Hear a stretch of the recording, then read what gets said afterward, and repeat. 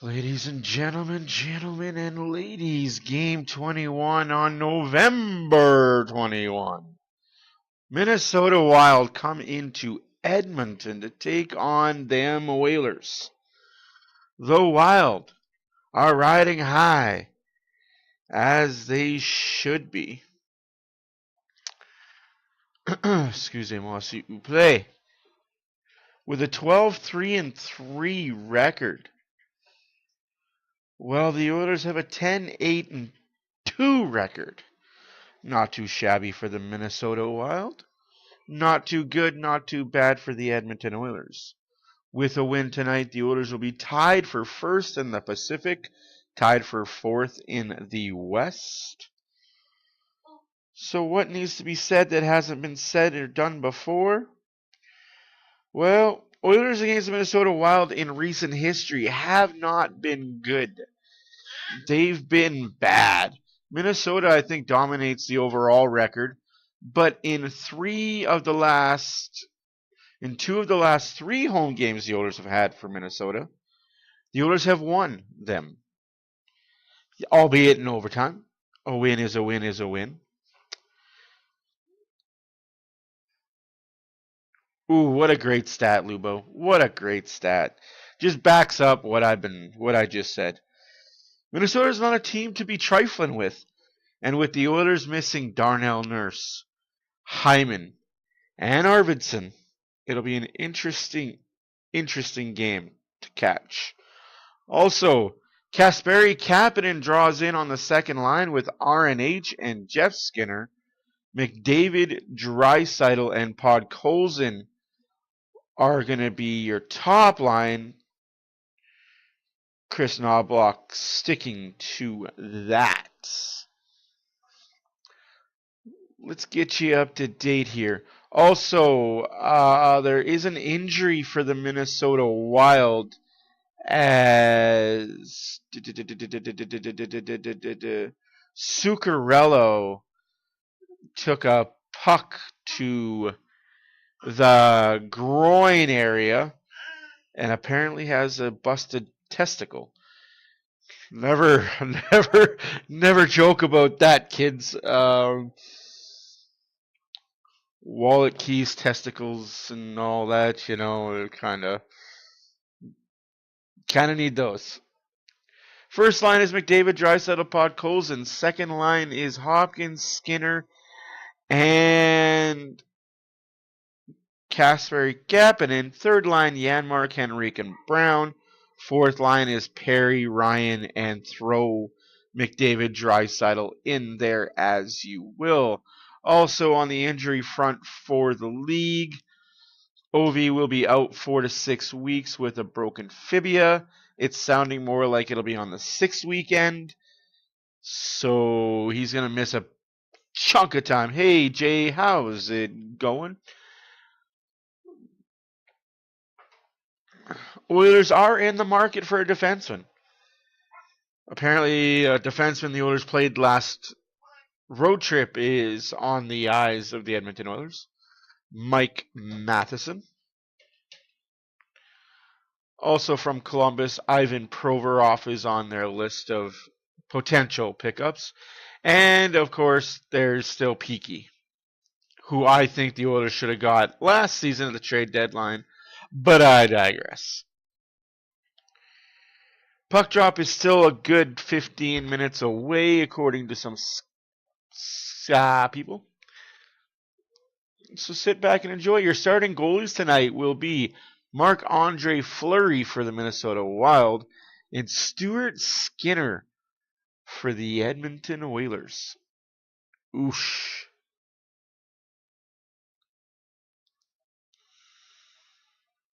The Wild are favorited, the betting favorite to win the game tonight. As far as Darnell Nurse goes, he will be back in the Oilers lineup on Saturday. Yes, the game against Saturday will be a good little break for the Oilers and us fans of the Oilers.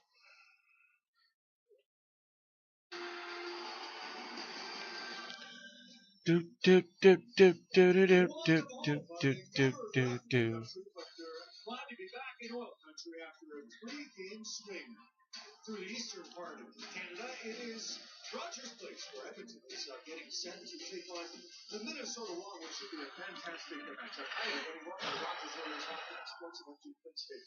What's not that my hair's not fantastic. I mean, you don't have to be Albert Einstein to figure out that some days you just got to cover it up. So, oh yeah, okay. I like this one. I think this would be I don't know if you know. This is my thinking cabinet. Yes, I had to put it on because who the Edmonton Oilers picked up on waivers, and that is. And Kapanen will wear the number 42 for the Edmonton Oilers tonight. Who was the last Oiler to wear the number 42, people? Does anybody know the last Oiler to wear the number 42?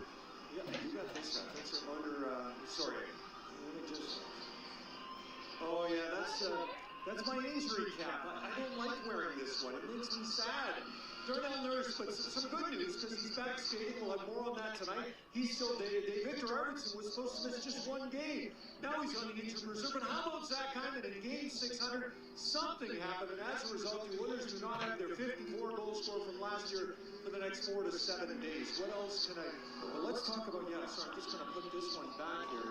Oh yeah, that would be maybe my favorite hat of all. I really do need a hat on.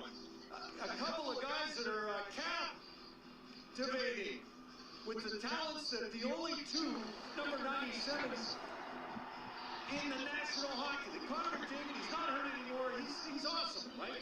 We see that, we know that. Here's a guy that maybe people don't quite know how good he is. Only Nathan McKinnon. That's the only player in the National Hockey League that has more points than Broken Crusoe. Okay. Oh yeah. Well, considering who I'm working with tonight, as we get ready to go to break, a couple of giants in the broadcasting world are on the way. It will be Louis DeBrusk and Jack Michaels. Stuart Skinner knows he'll have to be great tonight, considering who's on the ice for Minnesota. The new guy is set. We'll have a flurry of action after the break. Rogers, Oilers Hockey on Sports. Does anybody know? Does anybody know who wore number 42 last for the Edmonton Oilers? Change the way you cheer with internet that's ready for everything. And by Molson, official beer sponsor of the Edmonton Oilers. Whether it's Canadian, Ultra, Export, or Excel, there's a Molson with your name on it. Must be legal drinking age. Very good pull there as well, Lupo. Battle of the 97s.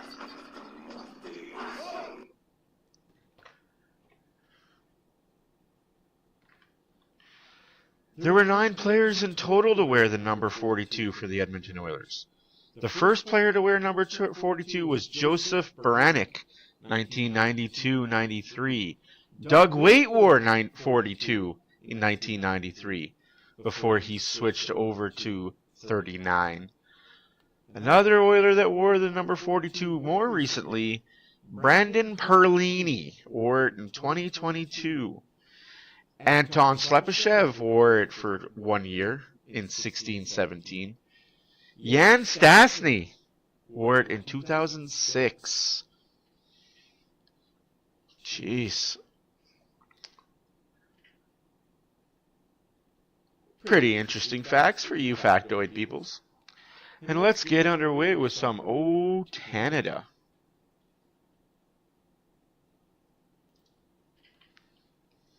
Of the American and Canadian national anthems. Oh, say, can you see by the dawn's early light what so proudly we hailed at the twilight's last gleaming, whose broad stripes and bright stars through the perilous fight o'er the ramparts we watched were so gallantly streaming, and the rockets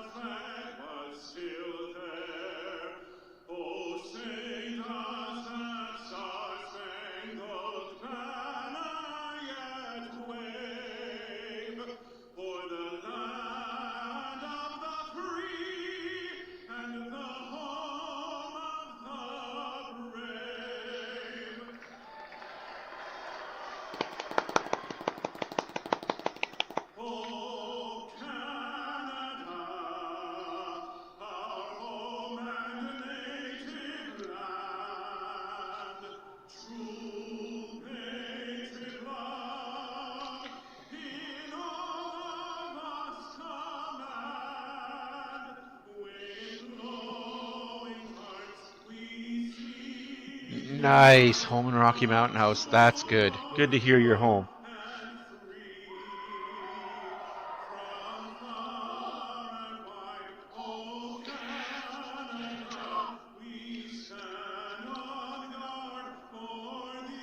Excuse me for yawning, folks.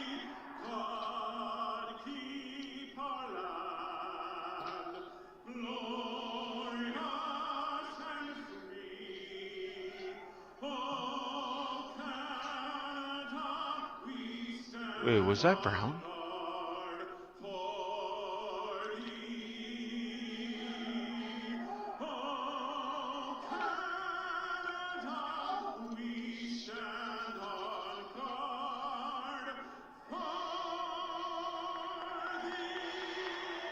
Good job as always, Robert Clark. Good job as always.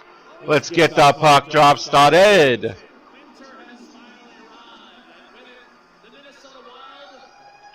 That's awesome, Jay. That's awesome.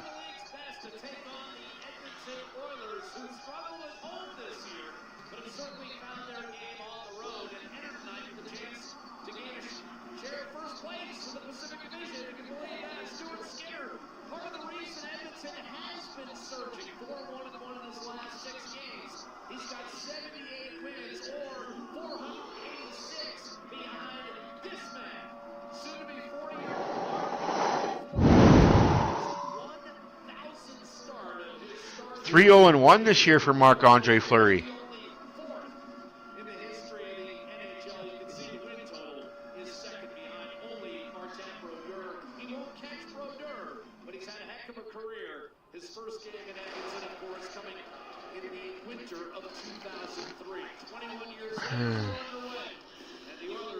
Bad giveaway early by Edmonton. Big save by Skinner to start. And offside. All right.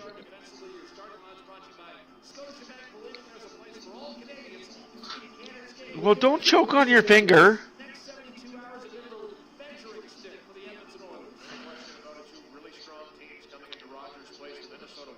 We will have a light problem, but a light fix tomorrow. My lighting situation will be fixed for Saturday. Whoa, it's got scores! He shoots, he scores! Who was it? Who was it? Don't know. But oh man, Marc-Andre Fleury, you bum!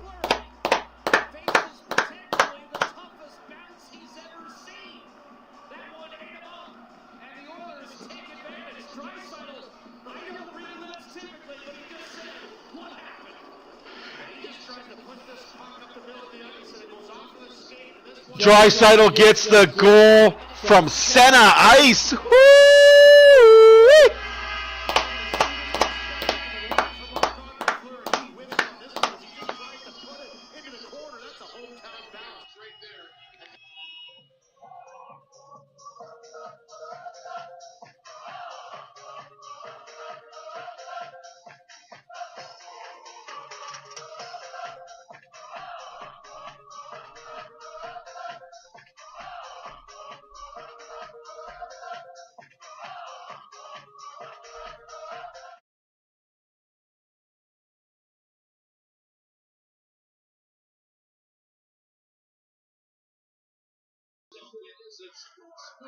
Woohoo! 1-0 Edmonton on a bounce by Leon Draisaitl from center ice.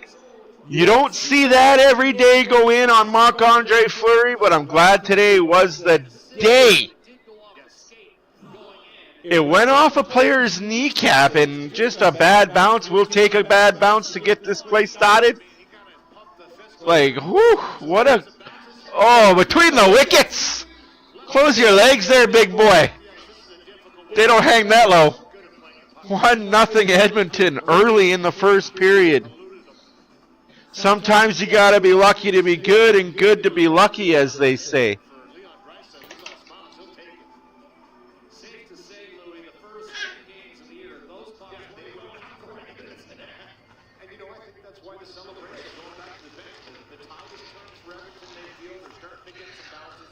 Oh, another shot on net. Wow. Oilers, I think they see something in Fleury.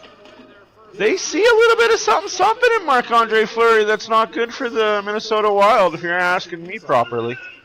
Yes, I will take you out of your high chair in like 5 seconds. 1, 2, 2.5, 3, 3.5. Next whistle break, Princess, I will take you out.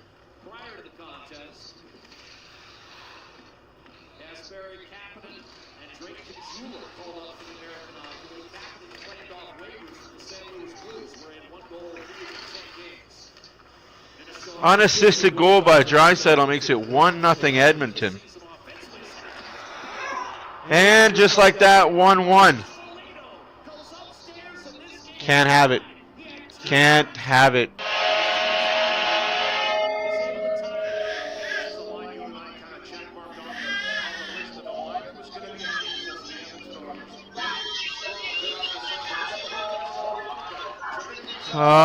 What lineup was out there? Oh, the fourth line was out there.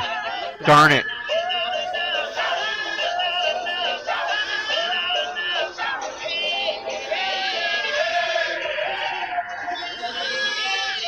Okay, yes, Rose. Yes, Rose.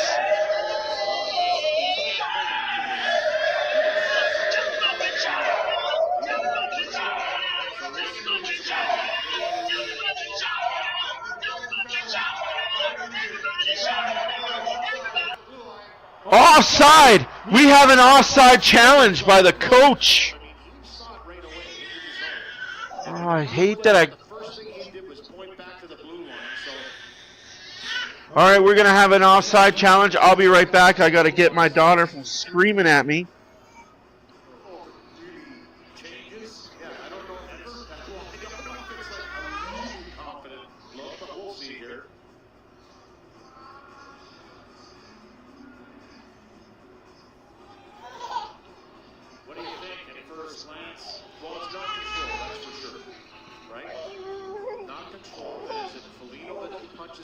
That is not controlled. That's offside, no goal. We got a 1-0 hockey game for the Oilers, folks. Your body can go in first as long as you have control of the puck. I don't think that's controlled. Obviously, ricochets off a trending stick. So we'll have to take a look at it here, but that's obviously what they're estimating here. Here's the blue line. Yeah, that's offside, folks. We got a 1-0 Oilers hockey game still. 1-0 Oilers. Wobbling and right about there. You can see either the puck has one and the puck hasn't, and that is not controlled. So that's this is a really close one. But that should be offside. That's a no-brainer. They're going to take a while with this because they have to get it right. But if they deem that was offside, which is literally a quarter of an inch. Here it is. This coach is challenged by if they say that's controlled onside, give me a break. Should have gone to Specsavers, and we are ready for the call. Here's the slant and bear one more time. After review, it was determined that the play was offside. 1-0 Edmonton!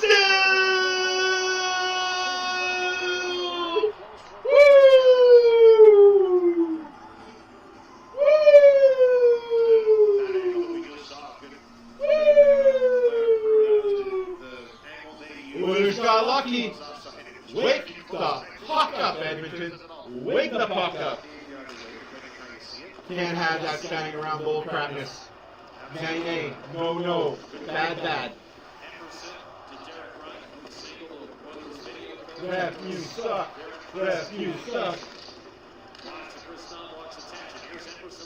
Anderson shot off.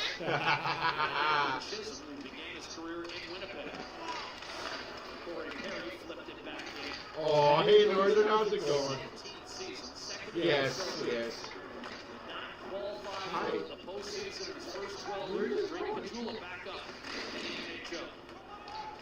This is his third start with the Oilers this season. As one of those guys you're going to get to, Jack. Every single day he's going to go up there, he's going to finish. Oh, McDavid gets tripped. No goal. So apparently none of those shots counted. Oh, that sucks for Minnesota.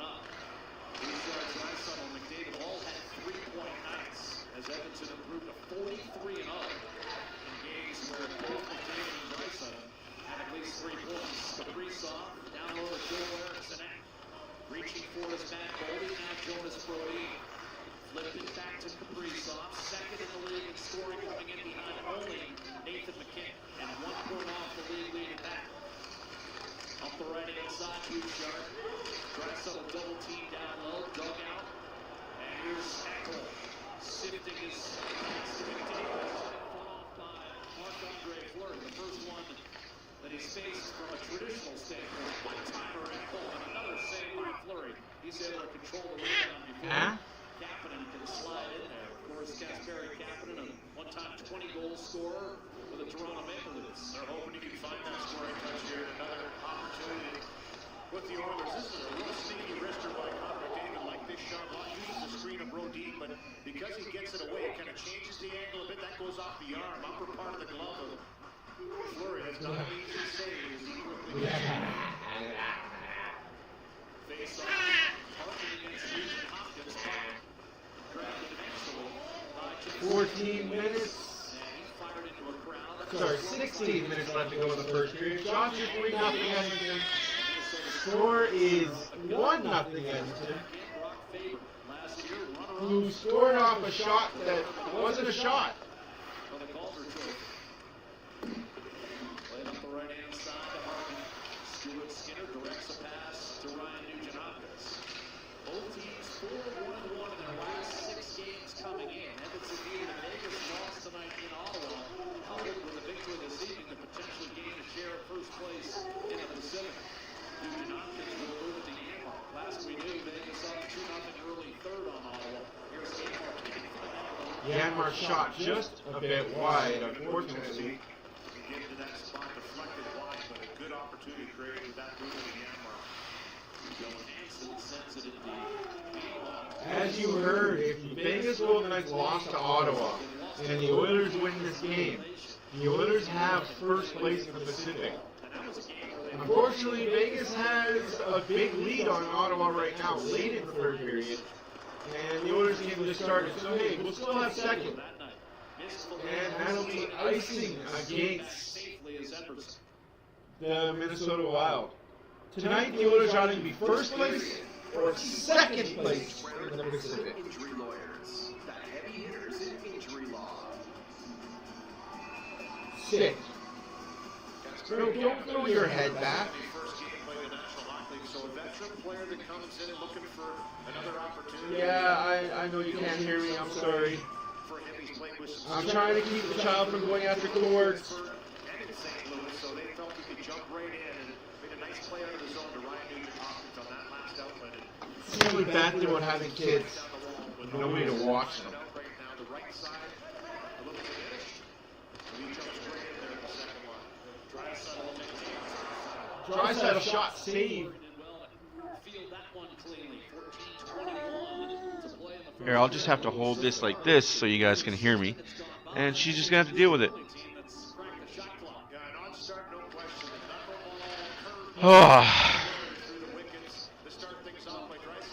It's the only bad thing about having young kids and nobody to watch them. Comes right back to him. Says, you know what, I'll take it. Thank you very much. And Fleury has to make a real good save in tight. So a little bit of an odd start, but for Edmonton, they've been navigating through the Minnesota Wild to generate those chances. Because when you have a job like this and you need to be alone, you're not allowed to be.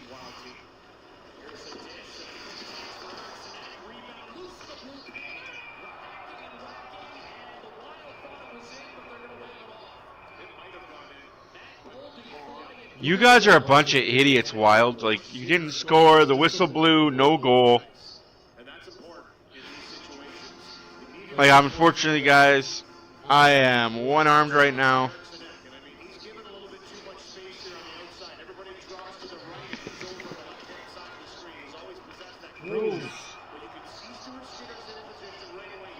How does Steve Dangle do it where he just has his wife watch both kids that need to go to bed at a decent time?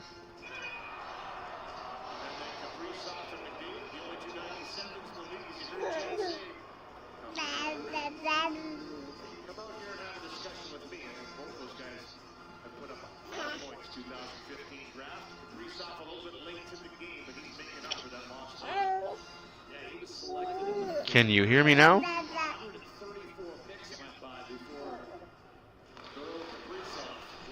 Sorry guys, I'm trying. Oh, for God's sakes. This isn't working though, Diane. We gotta figure something out here.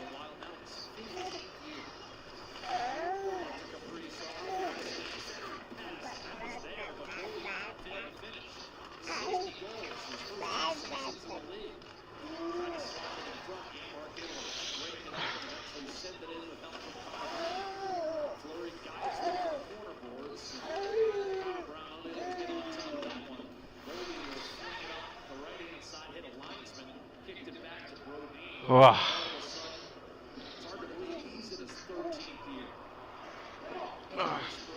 Child, you are not making this job easy. Blah, blah, blah. Is that all you gotta say is blah, blah, blah? What are you, Dracula? What are you, Dracula from Transylvania? Blah, blah, blah. What are your thoughts on the game so far? Huh? What do you think of the Oilers so far?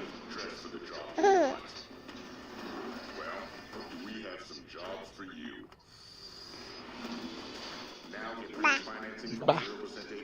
Her thoughts are, bah.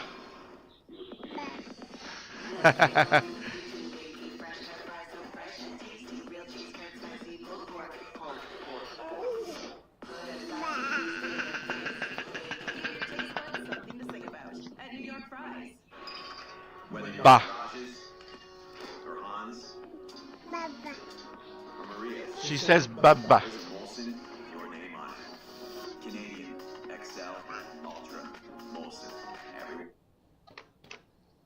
So I'm gonna try something, guys.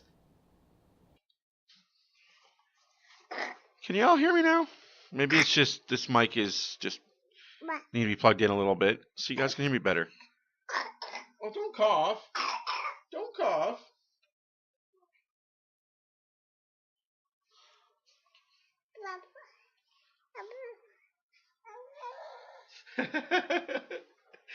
Right? She's got all the inside notes. She's the insider.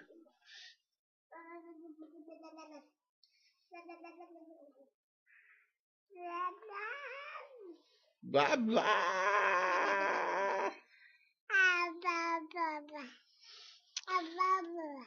Blah, blah. In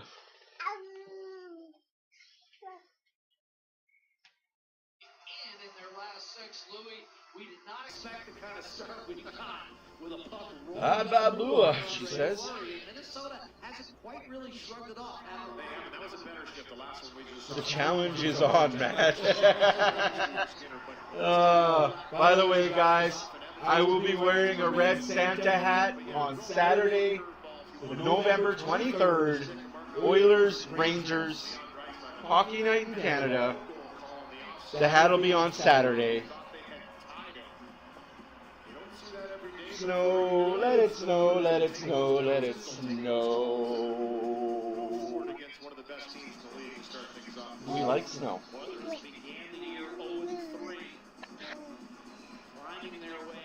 Yes, the hat will be worn on Saturday.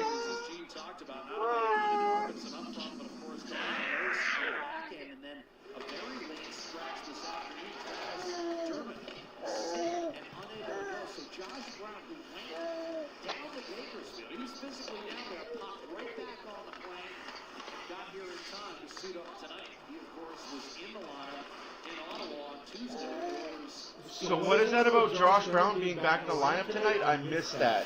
What defenseman couldn't play? Both teams coming off victories. Kaprizov, 2 goals that night, including his league best hit empty netter. Last from Bouchard, and why not test him from center ice? Fleury makes the save. Oilers Community Foundation 50/50 presented by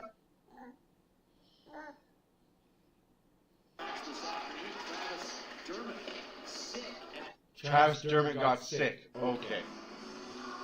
Well, after that odd goal against from our Travis Dermott got sick, so Josh Brown, who landed in Bakersfield, was told, sorry kid, you're on your way back up to Edmonton.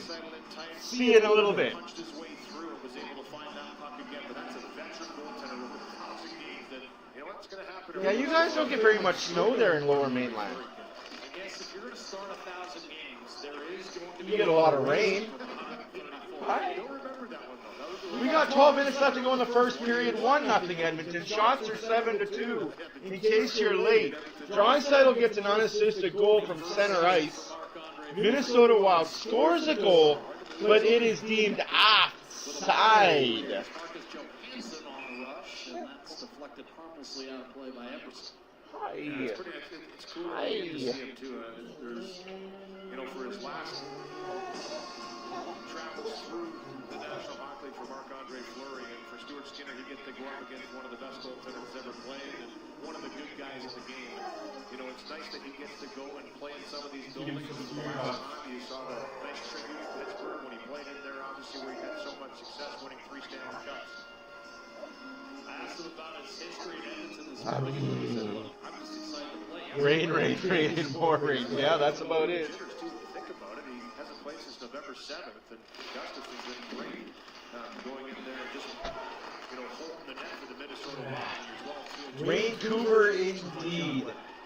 Winnipeg, Vancouver, Edmonton. But again, he's responded now. He's settled in. One of the few starting goaltenders, Jack, that'll quote warm up and stay out there right to the end. A lot of starting goaltenders go off the ice, get themselves mentally and physically. Child, you make working very difficult. He stays out there and takes the shots, which is pretty incredible. And that guy leads the league in goals against and second in save percentage coming in. Phil Gustafson, even off year last year. We're talking with Marcus Foligno this morning because one thing is our goalies have been terrific in this 12-game start. And Fleury, 3-0-1 in the 4 outings he has gotten this season. Spurgeon, Kulak, a nice play off the corner. Rodin returns to Spurgeon. And then we'll take a pass and move it up for Ryan Harden. Laid back for Jacob Middleton. Child, you are a workout on that half for the abs and the arms. When the Wild are a playoff contender, they're usually near the top. Well, they're at the top. Tied for first in the league in goals against, 2.3 coming in. Middleton, who began his career in San Jose, fires it into Lauko. Acquired by the Wild in a trade with Boston this summer. Lauko continues to grapple for puck possession with Henry. Throws back to the point of Middleton. Backhands it in. Cleared by Yanmark. I don't know, that is Diane's department, seeing as I've been Facebook blocked for another 27 days, I believe it is. Henry tried to hit Connor Brown behind the net. That was deflected away. We might have to get a picture of it and put it on the OFR page. His shot. First intermission. Off Henry and sailed out of play. Thank you all for being here. My name is Matt for Oilers Fan Reaction. Yes, the game will be louder in a minute, and I will be louder in a minute. This one just needs to stop. Sugar booty. The official energy provider of Rogers Place. Did you tire yourself out? Proud sponsor of the Edmonton Oilers. Take that as a no.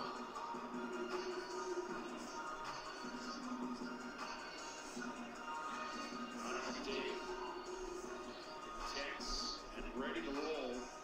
And on a roll. With 14 points in his last 6. Now moves in and take the draw for Draisaitl. Face off, however, controlled by Rodin. Oh. Forced up to Kaprizov. Matt Boldy. Little line and around. Kaprizov. Boldy. Rodin. Kaprizov in the corner. Shrugged off Draisaitl. Boldy looking for a lead. Fires and scores. Well, that's time 1-1. Minnesota's tied the game. Matt Boldy. His 11th. And we're all even.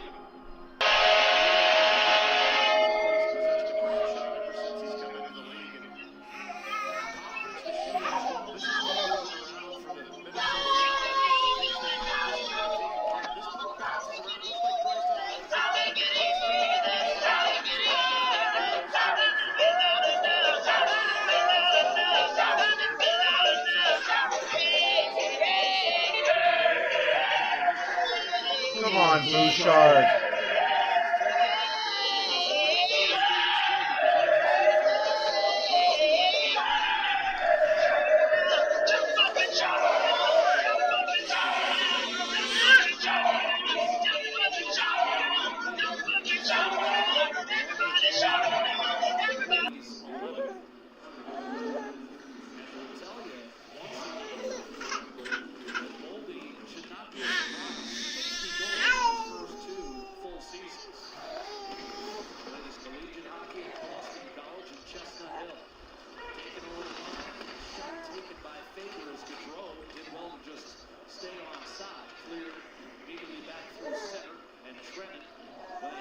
Yeah, this isn't working anymore. Like, we gotta figure something else out.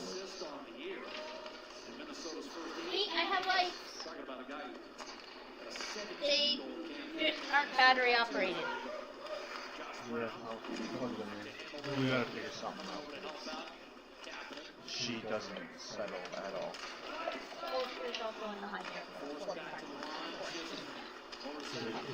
I know it's gonna suck when you put it low and you put it back and you have to try it for 7 o'clock.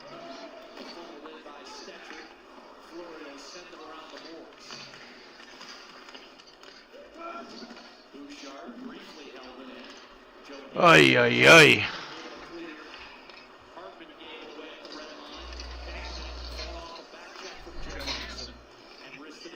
All right.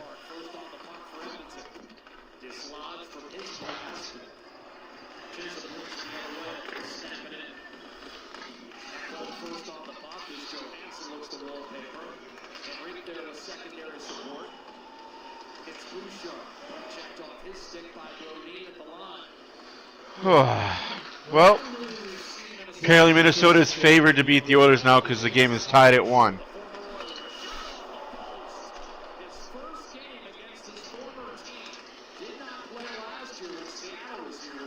Devin Shore off the post. Come on, Edmonton, wake the puck up.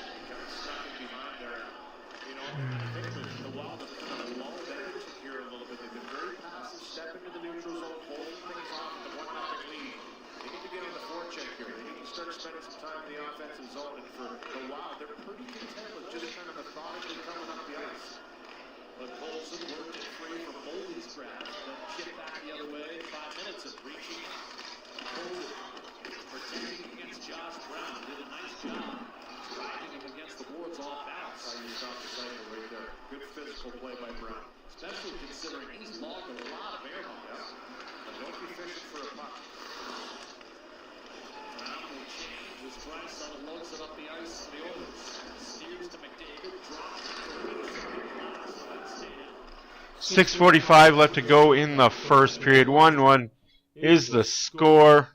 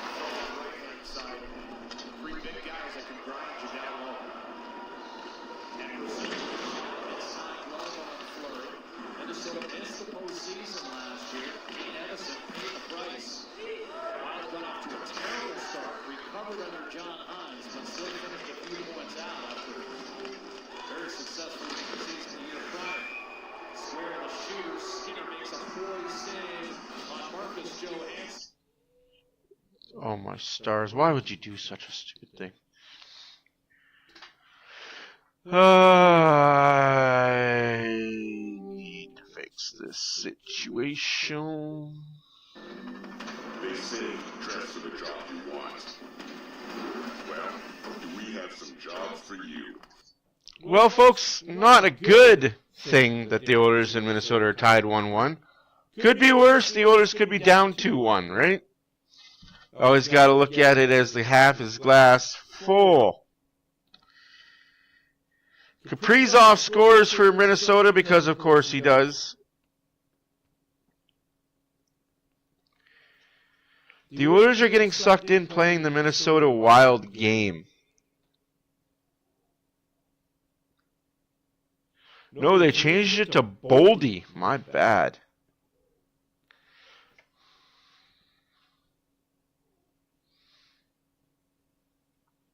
Either way you look at it, no matter how you slice it, it's 1-1 in Edmonton.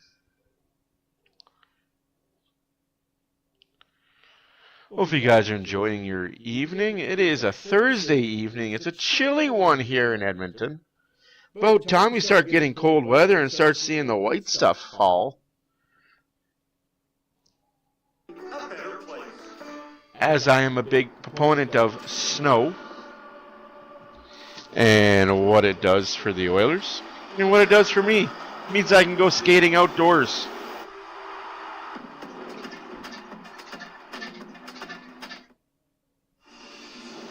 Key to victory. Skinner's got to play better than Fleury.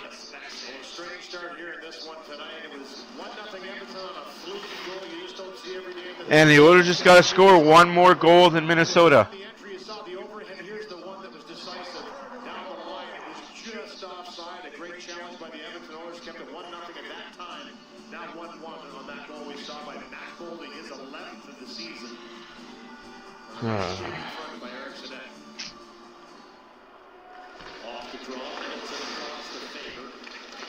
But if you're the Oilers, you can't have Eriksson Ek stand in front of your goalie without taking a body, Bouchard.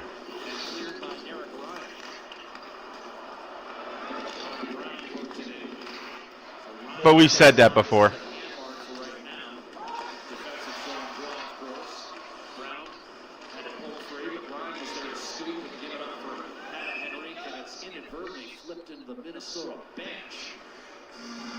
Inadvertently, accidentally, on purpose. We got 4 minutes left to go in the first period. Shots are 7-4 for Edmonton. Unfortunately, the score is 1-1.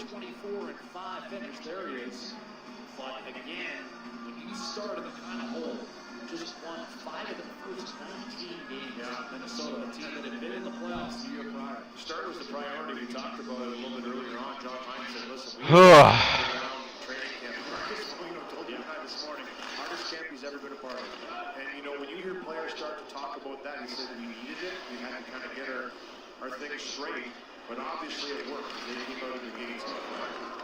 Here's Connor McDavid, first to speed down the left-hand side. Spurgeon is there to reel him in. Stuck one into the middle, went off a skate out to Bouchard. Gotta put that on net, Bouchard. Bouchard, you need to put that on net.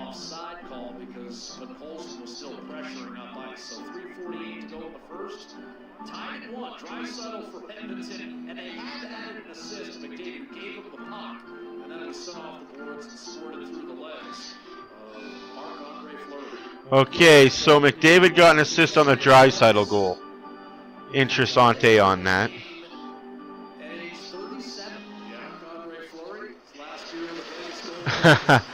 Do I own a Skidoo right now? No, because I live in the city of Edmonton. Have I owned Skidoos before? Absolutely, and I am a very much a Skidoo kind of guy. I love my Skidoo. I had a really nice one.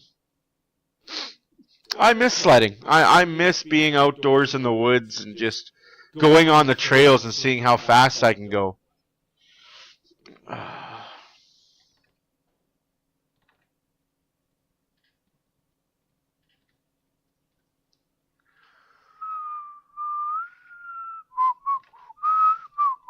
Trying to make things better for you guys.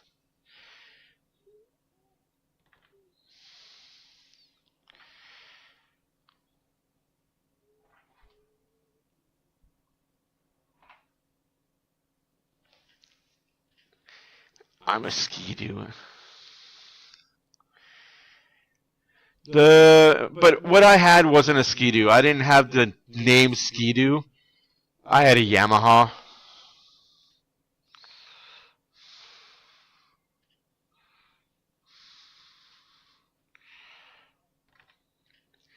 Yeah. I didn't have the fancy stuff. I just had a Yamaha.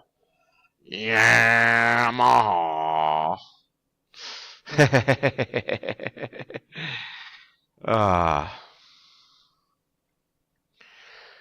Well, my family and I, we had different types of Ski-Doos. We had a Arctic Cat. We also had a Yamaha. Polaris was big with us. We didn't just have one. We had a list of them. Nothing too extravagant. Nothing too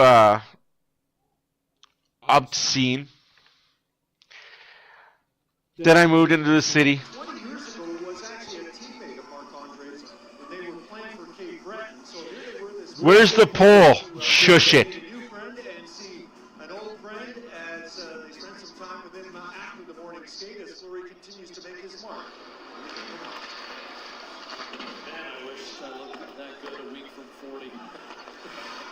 Week from 30, for that matter. The Angels on Marc-Andre Fleury. And penalty coming is Brodin taking that. I think put holes in him. He'll be going off here. Penalty coming up against the Oilers. Will head to the bench. Kaprizov kicks it back to Brodin. 3 minutes left to go in the first period, and Minnesota will have a power play. Rostering it over to Brodin. Only got tripped up by Jeff Skinner. We might have two here. Spurgeon ducked in. 5-on-3 for Minnesota end the period. There was the back official's arm was up as well. Edmonton on the right through my public tripping. That's it. The one trip on Olsen on my side. I think Jeff Skinner got the benefit of the doubt. And Goldie saying, hey, what about me? I got tripped as well. Here's the forecheck here. It's the right leg of Buck Olsen that kind of stretches out on the nice little move to turn by Brodin. He just gets caught putting that right leg in there, takes him down. Good call. And then I think Goldie got tripped as well. Edmonton got away with the play. I don't know how to add a pole. So you guys are in luck. I don't know how to add a pole here. Great start. They're still 20% for the year, but they're just 3 for their last 29, and they put Declan Chisholm, a third-pairing defenseman, on the first power play off the face-off. Emerson, Ekholm, Nugent Hopkins, and Enrique started on a PK unit that has really rediscovered its form over the last 5 games. They got rid of poles on here. I like that. And they're out of the last 2 spots for the first time all season, tied for 29. Still a long way to You go. can't do polls on YouTube chat anymore. Cool. For Edmonton. Sucks for you guys. Backs it off the boards. Chisholm. I am wearing the hat on Saturday, folks. No poll needed. Kaprizov. Back across. Bolden. Moving an airborne punch inside of Erickson and fanned. Shoveled by It could have been a 5-on-3, but it's a 5-on-4 because they missed the trip. They got one trip in the corner, and then they missed a trip at center ice. Could have been a double whammy for the Oilers. Refs are lenient today. punched it away. That puck jumped up at least 4 feet. Another clear, and Fleury thought about making a move on the puck, but it'll be Ryan Hartman who glides over halfway through the penalty to put goals about. Minute and a half left to go in the first period. 45 seconds left to go in the power play for Minnesota. Shots are 7-5 for the Oilers. Scores 1-1. Subtle play derails Minnesota's momentum here.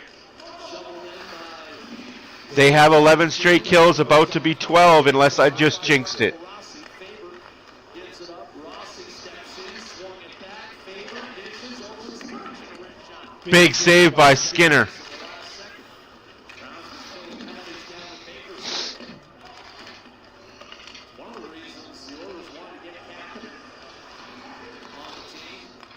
He killed penalties in Toronto using the same system that Chris Knobloch does. And the penalty is killed. Saves Skinner, rebound loose. And the Oilers will pull out of danger. 12 for 12.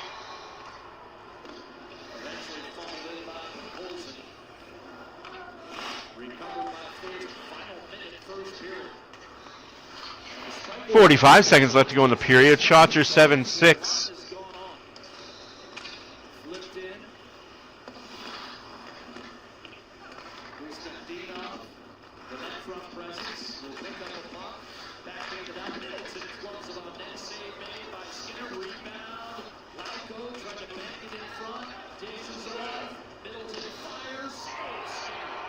Man, the Oilers are running around with the frickin' heads cut off. Frickin' heads cut off for the Oilers right now. Thankfully for this guy, Stu Skinner. There's a good save by Stuart Skinner, and he's able to kind of jam this away. Gets a little help from Janmark at the last second to pick it out of there. And this shot by Middleton, a good wrister on a diving attempt to block it by Potcoles and handle with the glove. Eric SZN lining up against Derek Ryan off the face-off. Retrieved by Kulak. Under pressure from Kaprizov. Digging, raking. Kulak trying to protect inside 10 seconds. That was weirdly flowing on the glass. Yeah, of the glass. I'm sure that he probably had the adrenaline spike watching it. Let's see if I go louder here. Wow, now I'm really loud, eh? So now you guys can really hear me way too loud. I'll bump this down back to 60.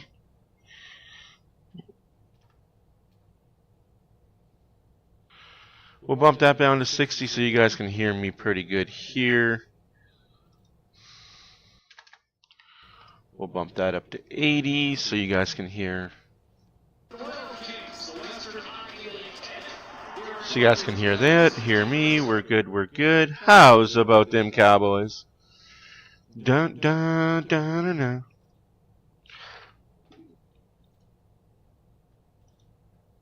Hey man. After 1, Oilers 1, Minnesota 1.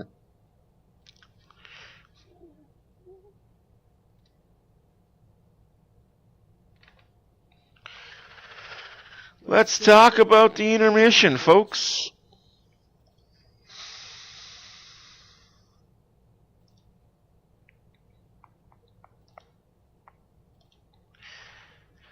We got your out-of-town scoreboard. Around the NHL. Lots of games happening, lots of implications for said games happening.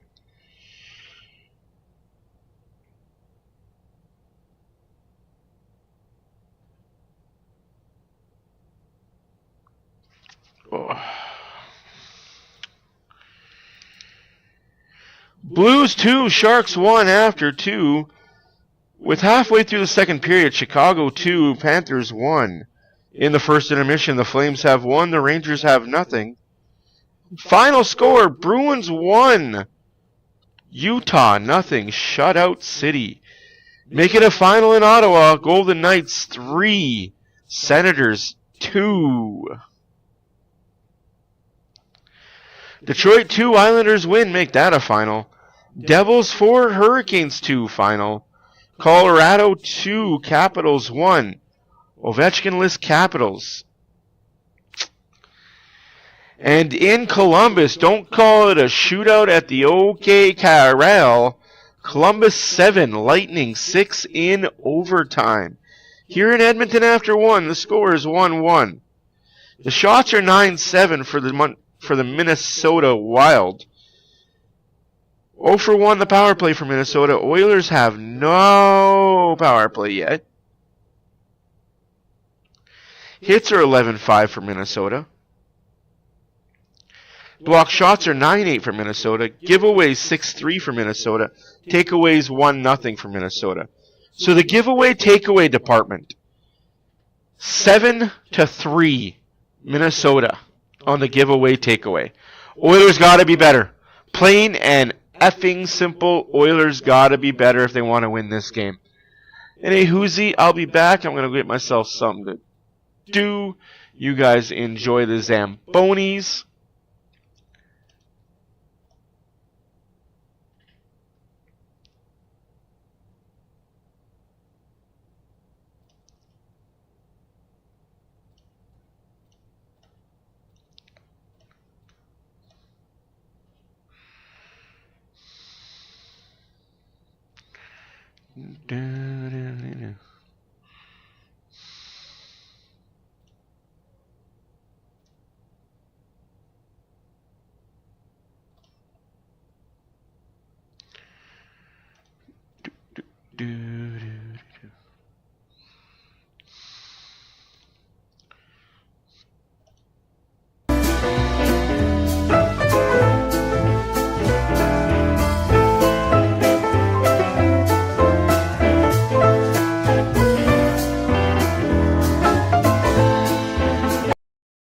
I'm sorry, just saying, guys. Y'all are conspiring against me.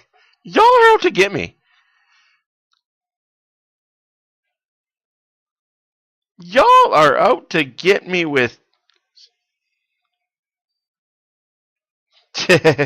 Welcome back, Oilers Time, Bob. Anyways, thanks, Lubo, for the link. See you guys in a minute.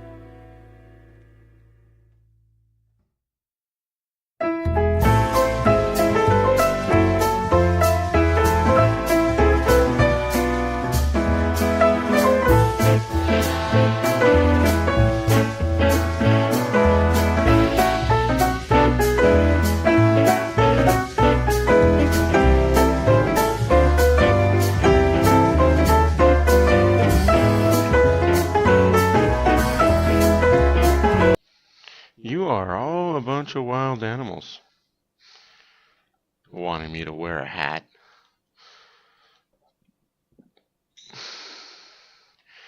So the deservometer is Minnesota 50.6%. The Oilers are 49.4%. So they still have the Minnesota Wild winning this game for the deservometer. I think the Oilers...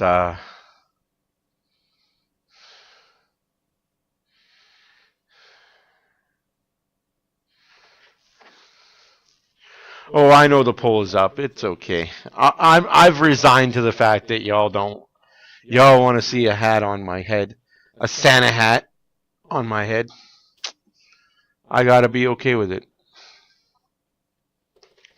I wouldn't say the Oilers are concerned. Yes, 3 goals in 20 games is not ideal, but they're still a pretty decent team, despite having nobody contributing outside of Draisaitl and McDavid. But we'll come back. Second period is about to be underway here. 1-1 after 1. Goal scored by Draisaitl, assisted by McDavid. Later on in the period, Boldy scores to make it 1-1. And that is where we sit.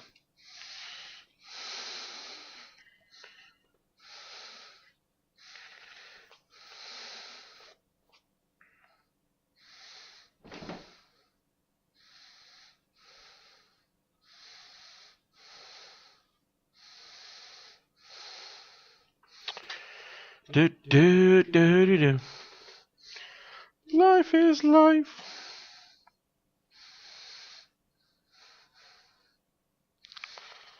Also, in case you missed it yesterday, player safety did not suspend, did not give a penalty, and did not give a major to Whitecloud for his hit on Matthew Nyes. You can say it was dirty. You can say he left his feet. I didn't see him leave his feet until after contact was made. I think it was a clean hit. And all I said, for those people that do follow me on Twitter, was funny how the Maple Leaf fans were all hyping up about how the Reeves hit was legal and it was a clean hit. But the second one of yours gets hit a little suspiciously. You guys are crying foul and asking for suspension and goose and gander. You can't have it both ways, folks. If the Reeves hit was a clean hit, that's a clean hit. If the Reeves hit was a dirty hit, that's still a clean hit. If you watched it, that was a clean hockey hit. Don't go through center ice with your head down. What happened to Nurse was the puck bobbled. He looked down to control the bobble. Right there was Reeves. And it's like Nurse said in his interview. I'm 6'4". I'm 6'7", 6'8" on skates. There's a lot of body on me you can hit. And the only part of my body you hit was my head. It's unexcusable. But, again, Maple Leaf fans are all over the YouTube world crying foul. I feel bad for Dangle because he has to stoke that fire. But I'm sure he knows that was a clean hit. It sucks. It put Knives out.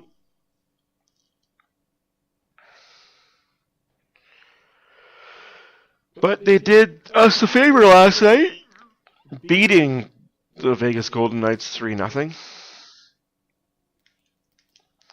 We all have that one friend, for sure. Well, let's get into it. Second period is underway, about to be.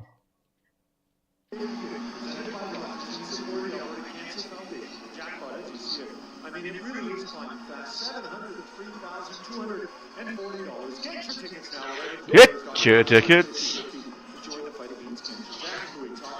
Hot dogs. Peanuts. Cold beer.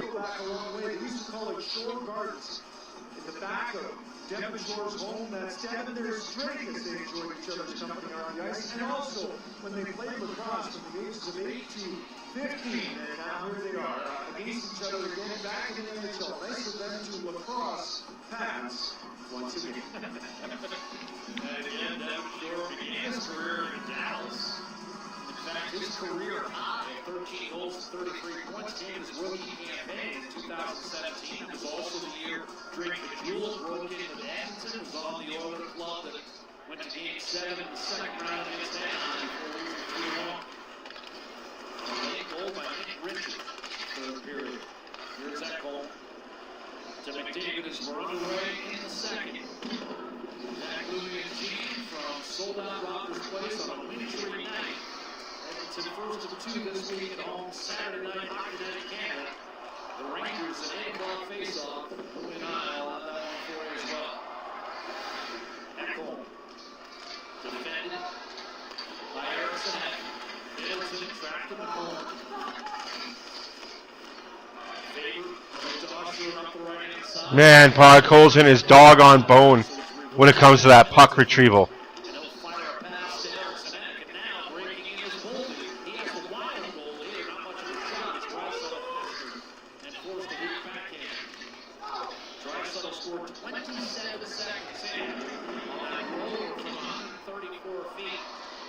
Third time in his career, he scored within the first 30 seconds.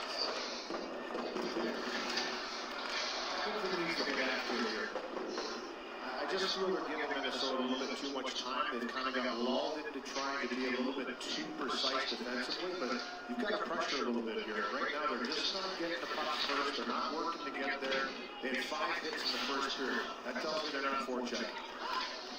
And they did kind of push the pace early when they got the bounce. They got the first 5 shots in this game, and Minnesota started to get a bit of a foothold. Now the shot clock reads 9-7 Minnesota, so since then 9-2 for the visitors.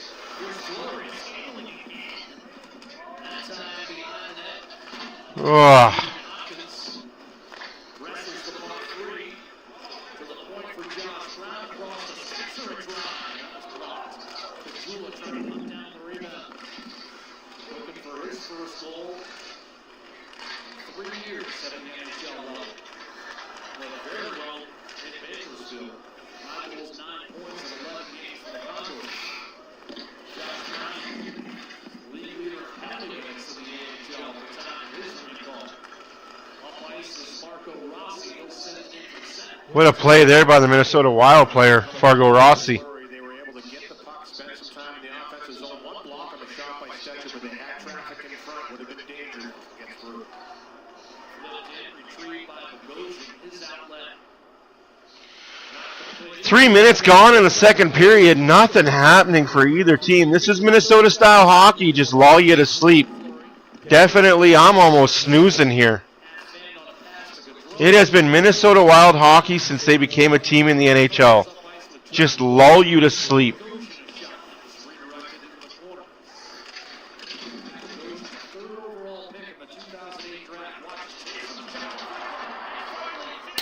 Fuck's sakes!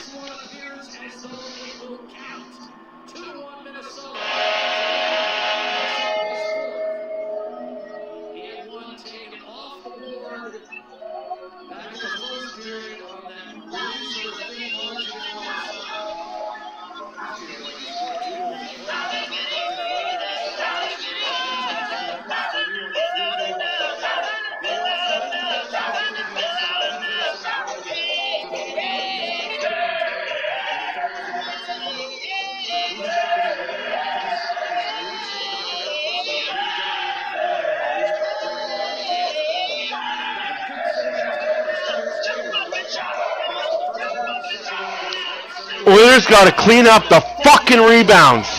Your goalie makes 1, makes 2 saves, and you guys can't fucking clear the fucking net? Unacceptable. Split up Bouchard and Ekholm, please.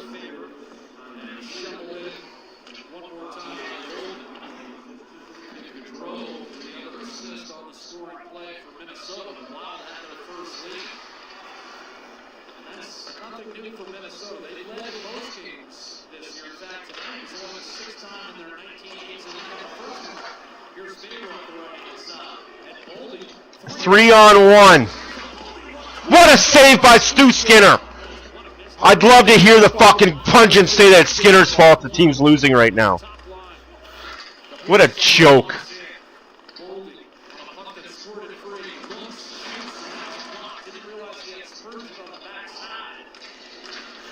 And we can't get the puck out.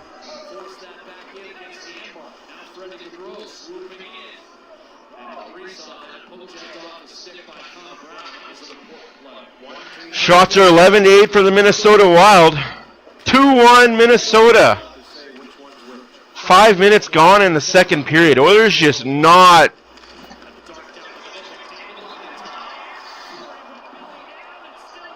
How's that not a hook on the play, though? McDavid's hands, hook in the hands, no call?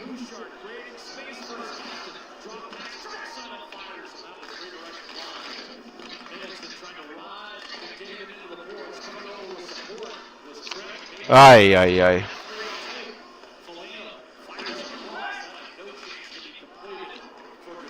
Move your feet, boys!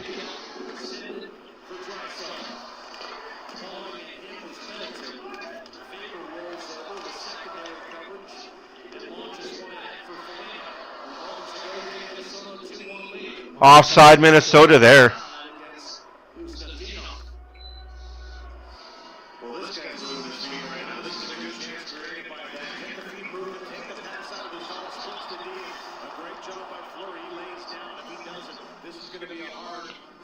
Hook in the hand, so like, come on.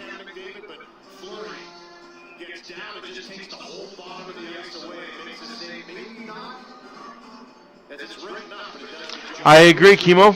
I agree.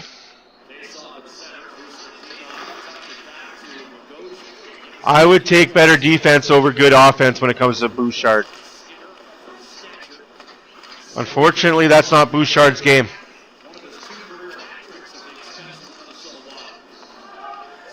That's why I tell you, he's a $3 million player for 3. 3x3.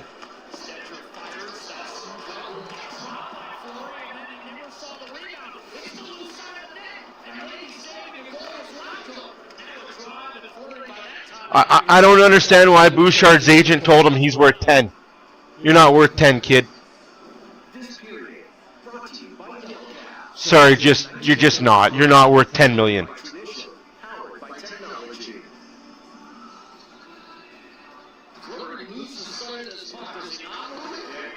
Wow, that guy is holding Hopkins the entire fucking time.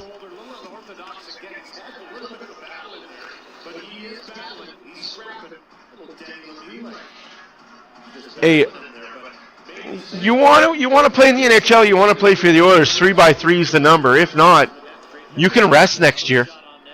We've got guys that can replace you next year.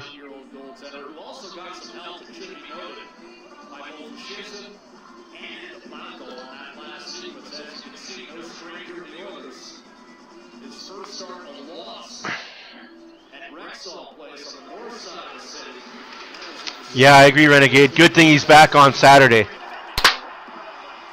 What the hell kind of game are we watching, folks? Scory Perry gets a goal? I don't know what game you're also watching.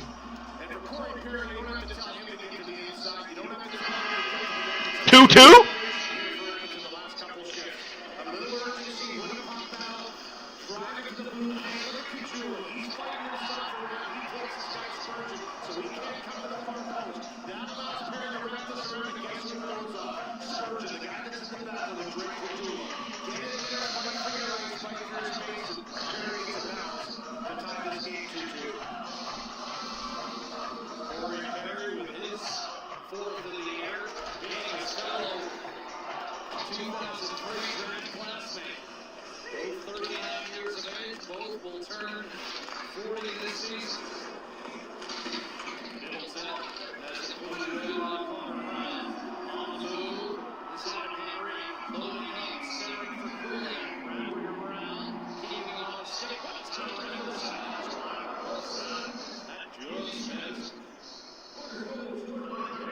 Corey with his 4th goal of the season. Unassisted, they say. I mean, this is a wild game, man. No pun intended. This is a wild game. What a bad bounce.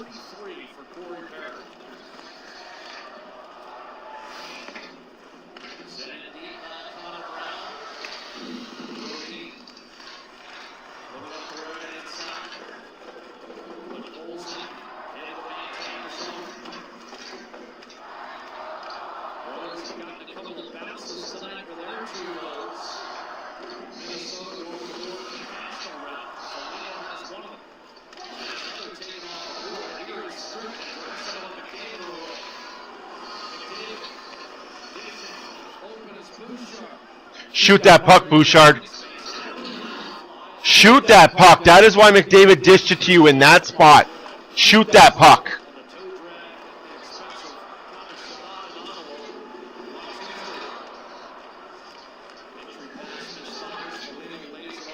"12 minutes left to go in the second period. 2-2 hockey game.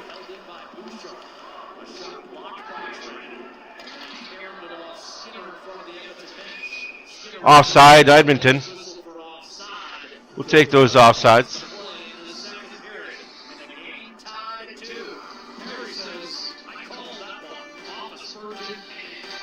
He called bank. To be fair, Kimo, Arvidsson is hurt right now, and Jeff Skinner is playing a 4th line role. Limited minutes.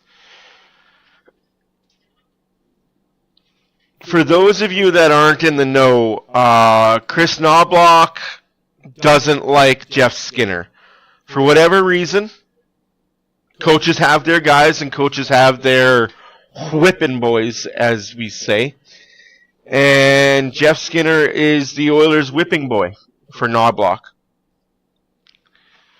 Don't know why. I'm not privy to that information, but I am privy to the fact that Knobloch, most nights. I disagree with that. I think Jeff Skinner is good enough to play on the second line, but Knobloch has something against him. I don't know if there's something that happened in his junior years or with another team, but Knobloch and Jeff Skinner don't see eye to eye. If it was up to Knobloch and Evander Kane was healthy, Hyman was healthy, Arvidsson was healthy, he would bench Jeff Skinner over Derek Ryan and calling up a player.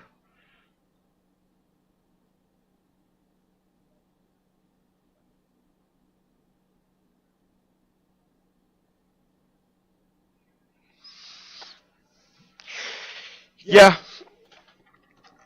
Sure.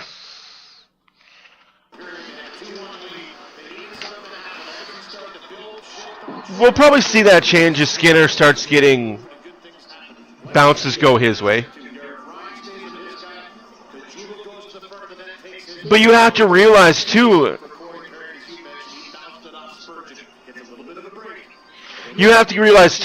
that's not on Jeff Skinner, because all the Oilers did crap for 7 games. The first 7 games, all the Oilers, including McDavid, including Draisaitl, were bad offensively. This team was just not going well.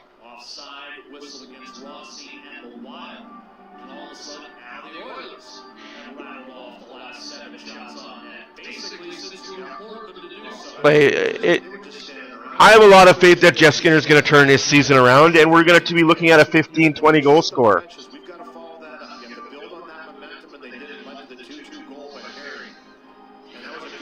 Yeah, exactly, right? No, absolutely. Pods was a way better move than Jeff Skinner. I love what Podkolzin brings. And I just think that's it. Like, talking to people around the NHL about Jeff Skinner, they said that he comes from a structure system. In Carolina, all they did was structure. Structure. He went to Buffalo. As bad as Buffalo was, structure. come to Edmonton, it's free wheel. We don't have structure. We just have go out there and create something. Skinner's not that type of player to create anything, right? But I hear what you guys are saying about Skinner. I think we just got to give him a chance. Because once he gets 1 or 2, he'll get 3 or 4. I say he gets 15 goals by the end of the season.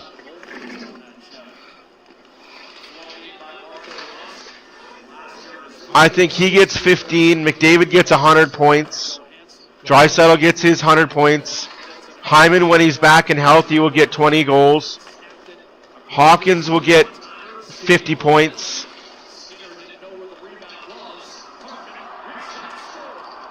And bad puck bounces because the Oilers can't clear the zone.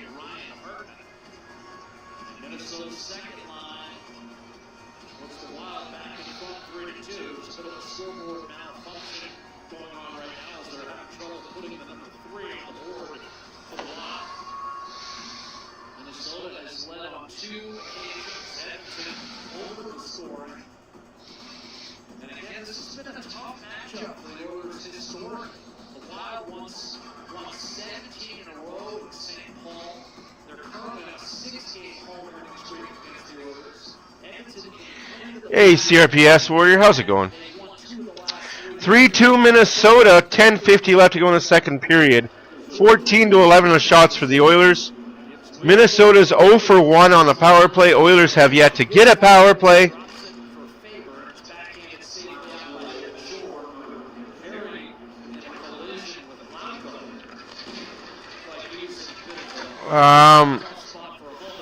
I don't think this is a Stanley Cup hangover lingering. I think this is new guys, too much turnover. Blame whoever you want to blame for the turnover. It's just too much turnover right now for this lineup. And the fact that they've had such a high turnover and they're still, 2 points out of first place in the Pacific? 2 points out of fourth place in the Western Conference?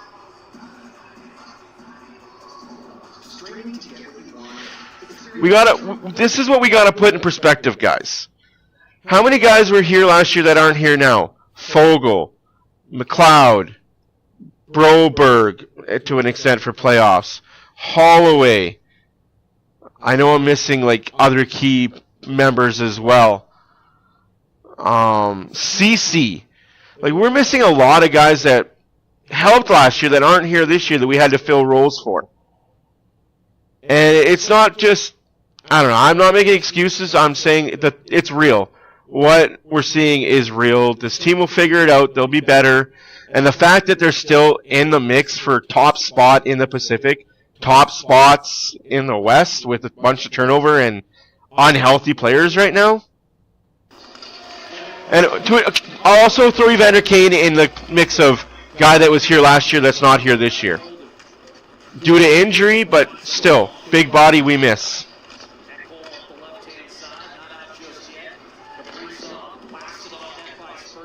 A move for who and when? For what?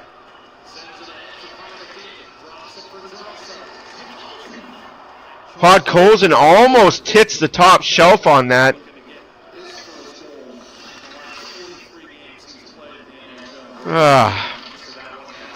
Congratulations on the move again, though. That's huge.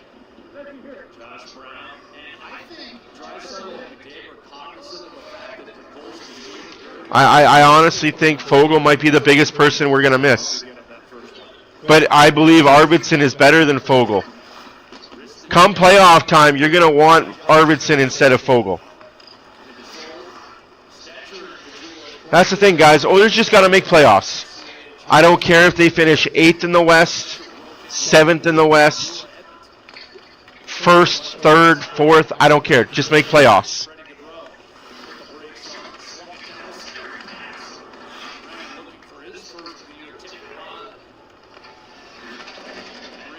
No, I agree with you. The defense is suspect to me. But it'll get better as they play better together, as they get chemistry together. That's why after Saturday, getting this break is going to be great for this team. A lot of practice time they're going to have, a lot of time to bond and figure it out.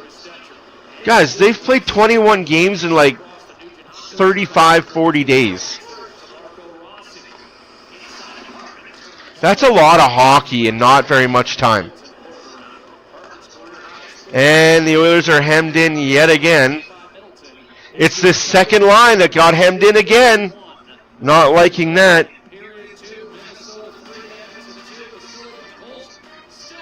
Disagree. That's not what preseason is for. Dude, that's not what preseason is for anymore. Unfortunately, preseason's for your young guys that aren't going to play in the regular season. But you can't use preseason as intended anymore because it's 8 games. It's 8-game preseasons.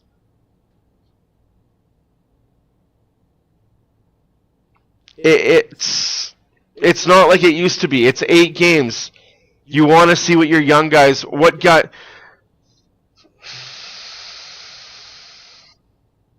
Hey, Viking. To a point, I agree with you. I'm not disagreeing with you completely, but the way that the NHL has preseason set up is it's not about chemistry anymore. It's about what guys in our system can either A, take a starting job day one, or B, be the first or second call-ups. It's not about chemistry anymore because you know your top guys either A, want to play every game, or B, don't want to play at all. And for a lot of NHL vets, honestly, aside from McDavid and Draisaitl, NHL vets don't want to play preseason games. They don't feel the need to. Talking with some of the vets on different teams, they'd rather have 2 preseason games, and that's it. I'll play 2 preseason games. I don't need to play more than that. I want to play 2. And you can't build chemistry off of 120 minutes of hockey.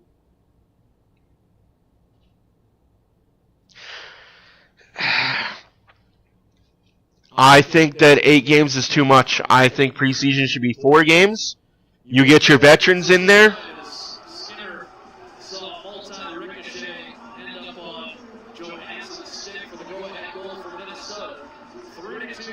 But I get what you're saying. It's coaching, sure. But it's not just the Oilers that do it. It's every team, right?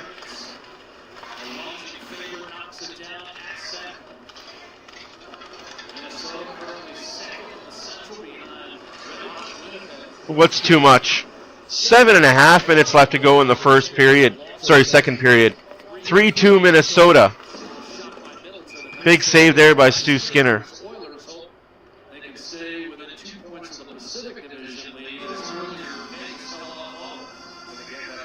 Like, I don't disagree with you. I think preseason should be about chemistry and getting it.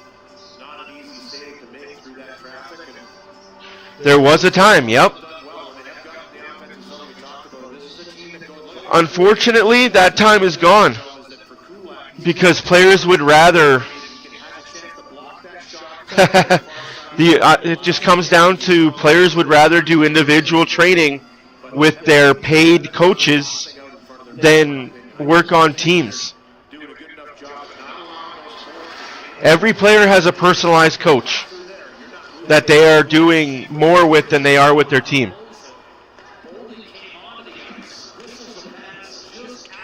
Icing against Minnesota. Like, people keep asking, why do players make so much money? Because a personal coach makes $3 million. McDavid's personal off-ice coach and summer coach, he's making $3-4 million a year.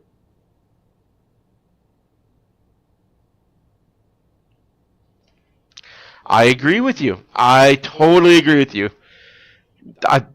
You will never hear me complain about that. I don't like it, but that's the way this whole situation goes. Each player has a personal trainer and a personal off-ice hockey coach, and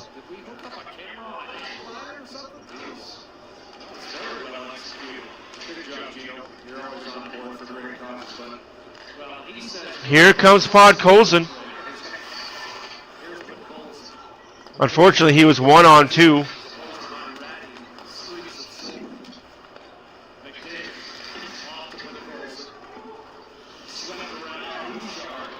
Fucking Bouchard! Hold the zone!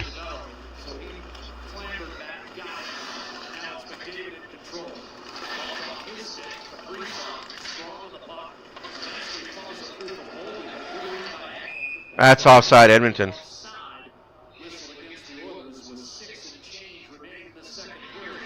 Yes, we all agree with that he needs a new coach. He needs something, man.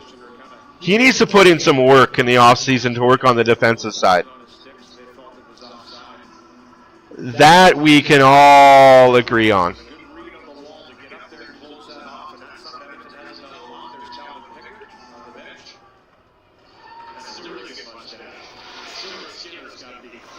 I'd love to see for preseason. I'd love to see all teams get together in September, have a shortened camp, have a rookie camp like they do, where your rookies play 4 or 5 games, and then have your main camp where you play 4 games. Offside, Minnesota.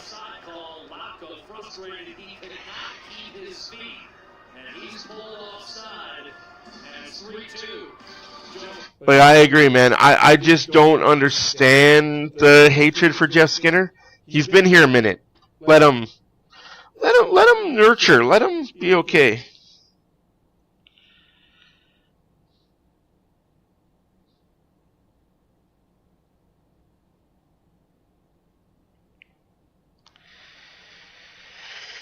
Do.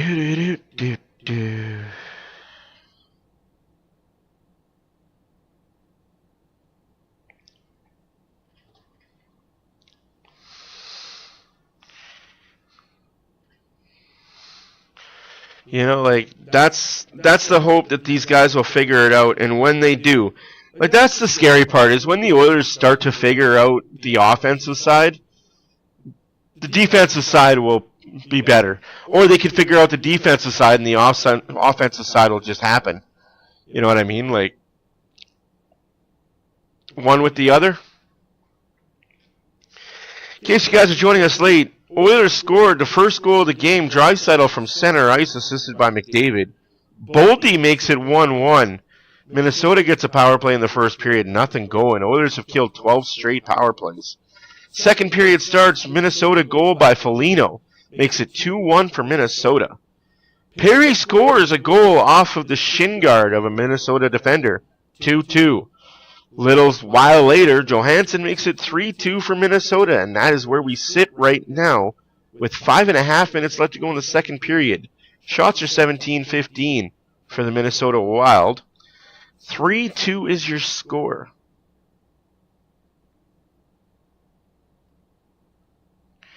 That's why the Oilers don't play a trap system.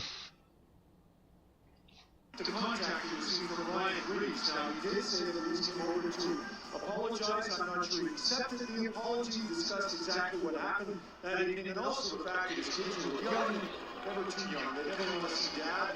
Honestly, like, and that was a discussion I had with somebody on Twitter today. Oh, we have no prospects. Our prospect pool is garbage. Agreed. Our prospect pool is garbage. For many reasons, our prospect pool is garbage. You have 2 choices in the NHL or any league in general. It's either you have a really good main club and no prospect and your cupboard is bare, or you have a really, really crappy main club, and you've got grade A prospects throughout. Very rarely do you have a good team in the high club with prospects. And with Vegas, you don't have very many prospects either. I don't want to hear it. They've pretty much sold the farm. That's why their guys are under 1 year, 2 year contracts, and they just keep firing barrels. But eventually, that system's not going to work for them.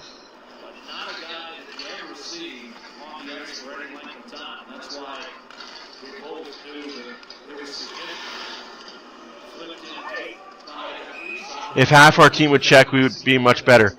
I agree. Unfortunately, a lot of them aren't built to check.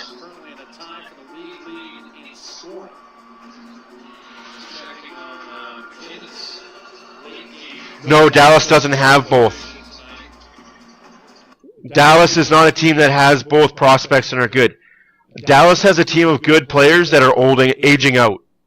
Their prospects are not good at all. The Dallas Star prospects are not good at all. And they're starting to figure that out when they're... You guys are going to see when Pavelski retires, Ben retires, and a few of their other older guys are gone, that team isn't going to be good at all. Yeah, they got Ottinger. They got goaltending. What Dallas has is goaltending. That's one thing that can mask not having good prospects, is a star goalie. And Ottinger, for everything you want to say, is a star goalie. Skinner's not there yet. Skinner will be there, just not yet.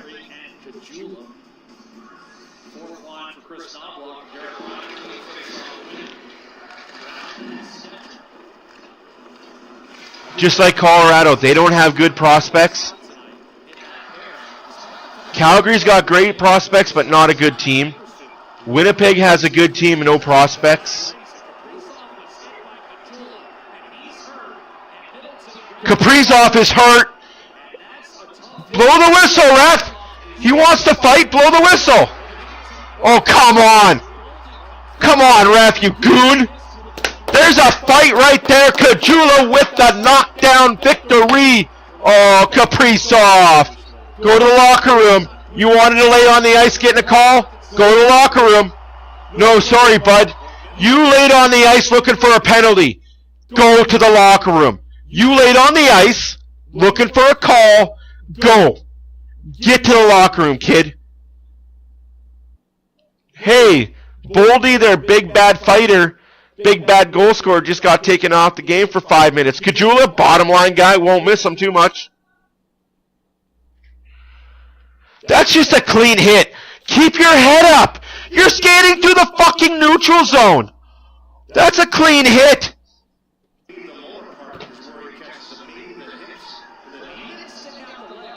No, it was a legal check. Middleton, you goon.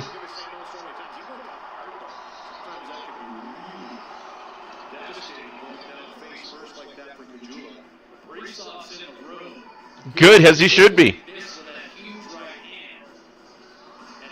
I'm sorry, but if you laid on the ice looking for a call, you deserve to go to the room. There better not be a penalty on that.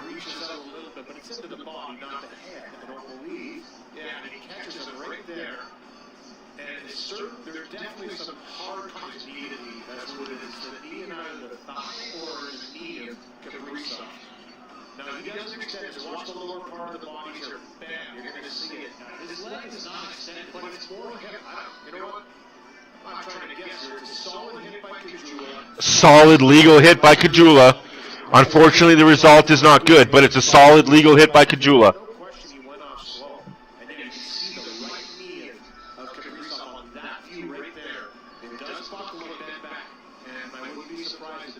I don't know. If he's hurt, he's hurt. But the fact that he laid on the ice, waited for a whistle.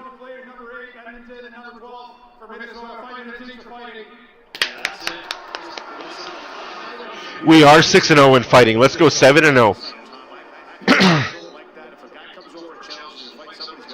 No, that's exactly it. If he came over to fight, and he was the third guy in, because number 5 wanted to fight Kajula Smart. He's like, you're 6'5", kid. I'm not fighting you.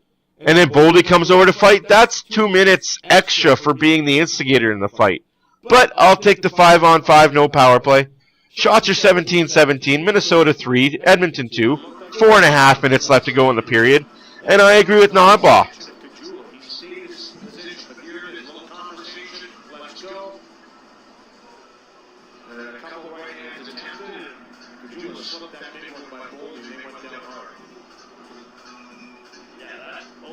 I agree with you, Kimo.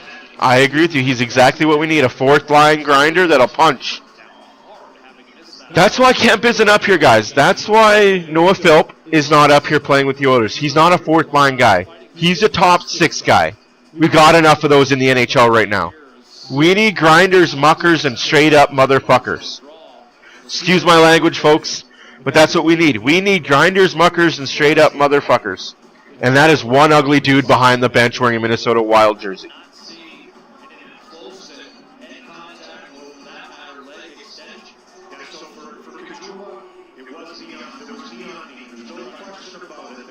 Absolutely. Nowhere to go. Nowhere to go.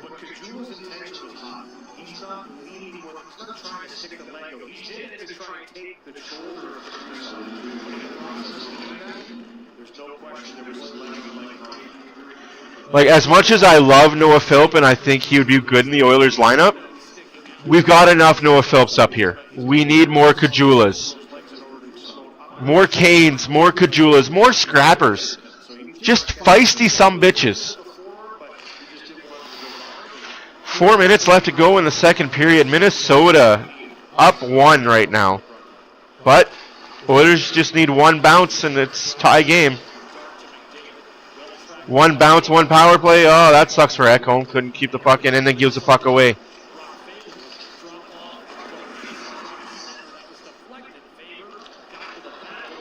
More Janmarks, absolutely.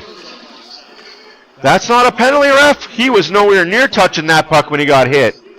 Interference, I'll be damned.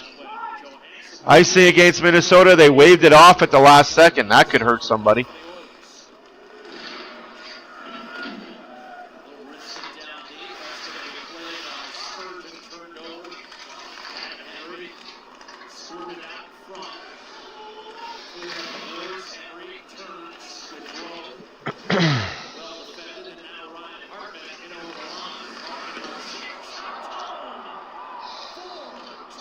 Sloppy fucking play by the Oilers.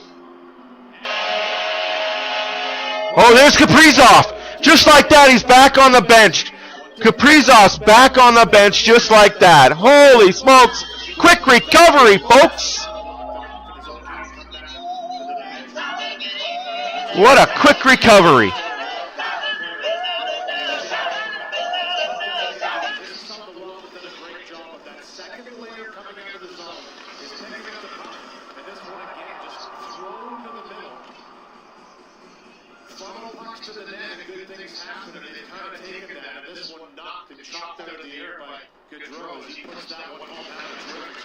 Four 4-2 Minnesota in a game you'd expect to be the way it is.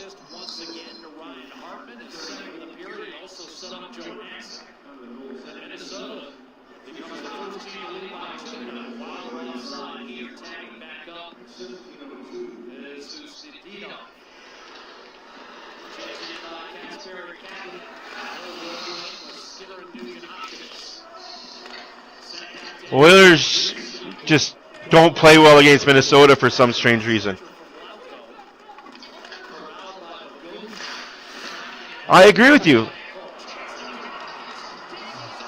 Hawkins is in prime shooting real estate and he passes it. Microcosm of Hawkins' season this year.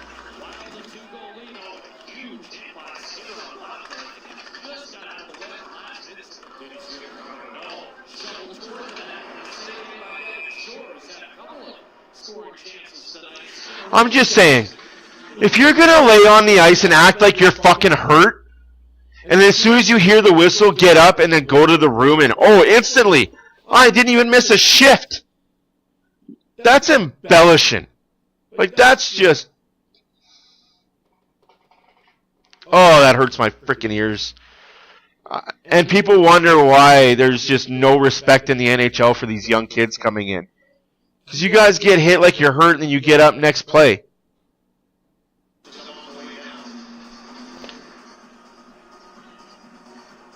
And then when you are hurt, we don't blow the whistle because we don't know.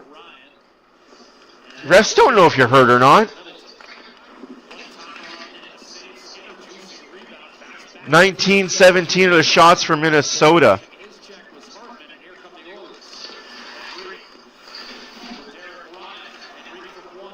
Henrique got tripped, no call. 2 minutes left to go in the second period. 4-2 Minnesota. That's offside. Blow the whistle, ref. That was offside by a foot. If you guys were wondering why this game was going to be always Minnesota's, because they always beat the Oilers. Don't kid yourselves, guys. Minnesota is just that team the Oilers can't beat.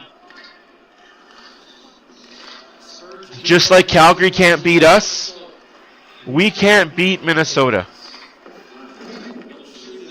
Just got teams. 1 minute left to play in the second period. Down 2. Oh, there's Kaprizov. Oh, man. That knee looks pretty damn fucking good, man. Wow, that knee really recovered really good. It's amazing. It's a miracle.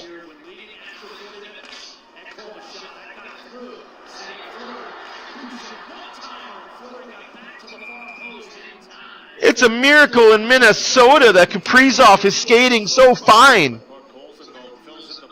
Oh.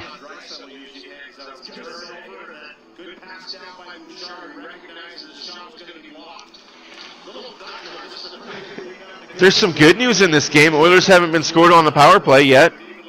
They haven't had a power play either.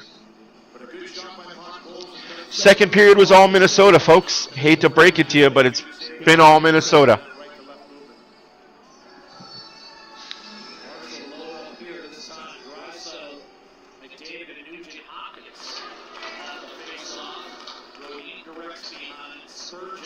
Draisaitl got clipped in the face with a high stick, no call off the face-off.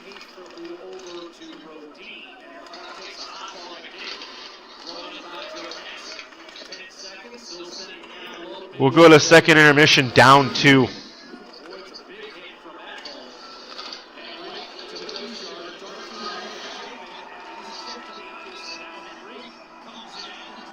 Okay, so that's okay. Clean hit. I love that hit by the Minnesota defense. I love that hit by Henrique. And then they throw punches.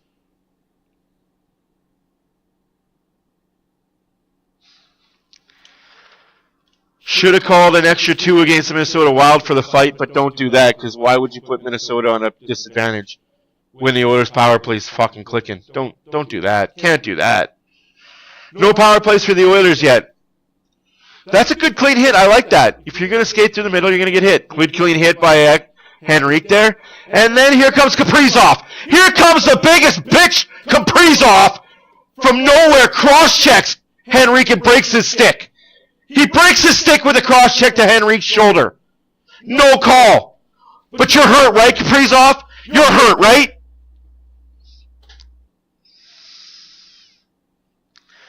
Can't understand that. Don't understand that.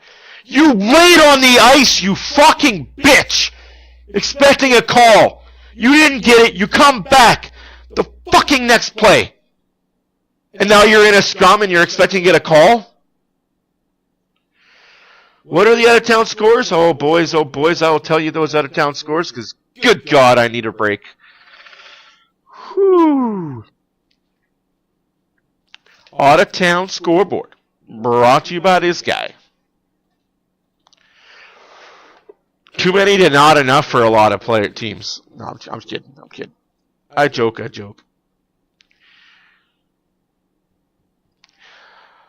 There is a lot of games to talk about, to be completely honest and completely frank with you. 10 games in total. Chicago 2, Florida 1. 5 minutes left to go in the third period there. After 2 in Calgary, Rangers 2, Flames 2. After 2 in Edmonton, Wild 4, Oilers 2. Finals. Bruins beat the Utah Hockey Club 1-0. The Golden Knights of Vegas beat the Ottawa Senators 3-2. The Detroit Red Wings beat the Islanders 2-1. The Devils doubled up on the Hurricanes 4-2. Colorado beat the Capitals 2-1. The Blue Jackets, in an OK Corral shootout, beat the Lightning 7-6. The Blues beat the Sharks 3-2 in a shootout. That's it. That's all I got for you. Hopefully you guys enjoyed that. My name is Matt for Oilers Fan Reaction. As always, please comment, like, subscribe, tell all your friends. We're here once in a while. We show up once in a while. We have fun once in a while. It's not looking good so far, though. 4-2 for Minnesota.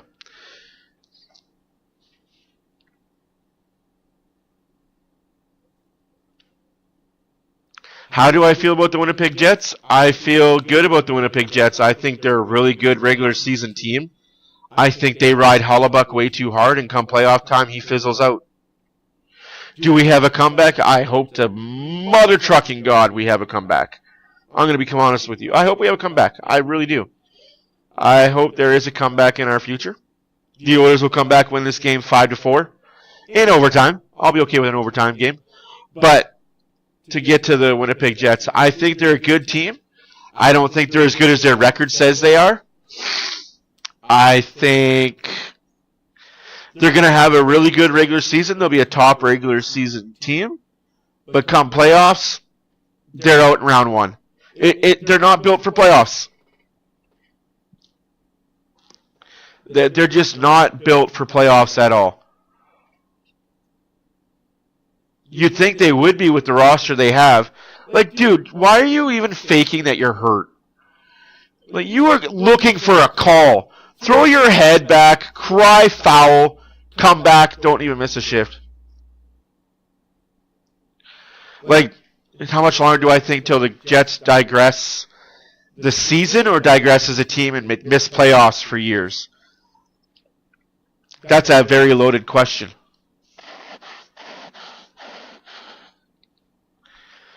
It was 2-0 Calgary. That's interesting. Well, I guess Dustin Wolf can't stop everything.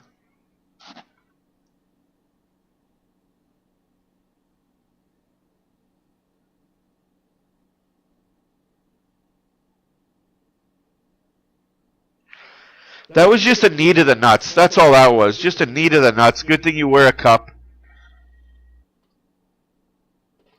Right? Like, good thing you wear a cup.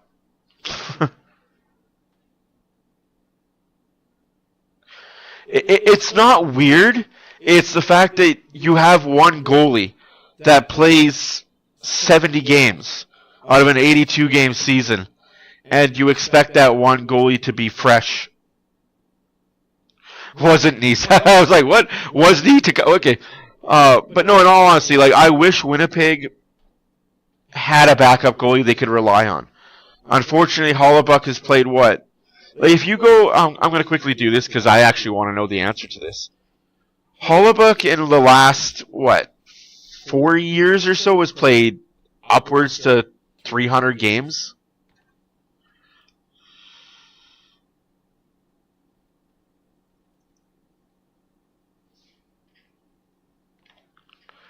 I'm going to quickly do some research on this because I want to be factual. I don't want to just spout stupid numbers off my top of my dome, right?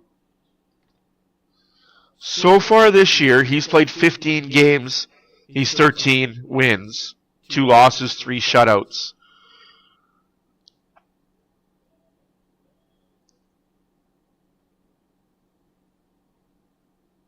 So the last 1, 2, 3, 4, 5, 1, 2, 3, 4, 5, 6, 7 years.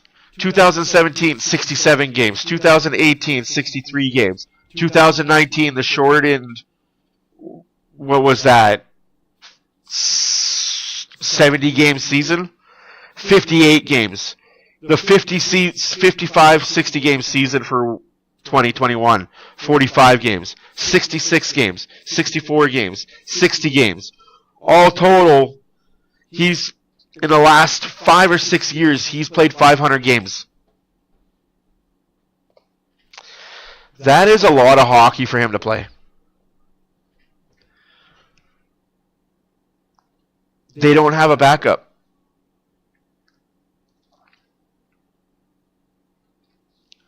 It sucks. That's just...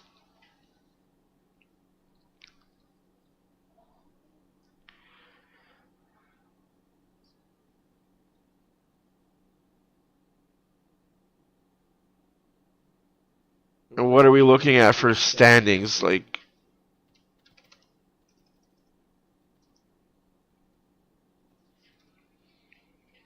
how many games played does Winnipeg have?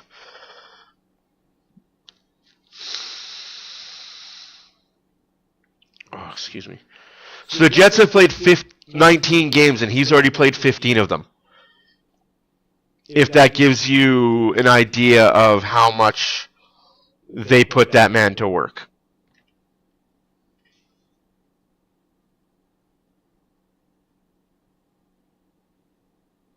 Oh, they have a backup in Mike Comrie. You know what I mean? Like, they do have a backup. He just...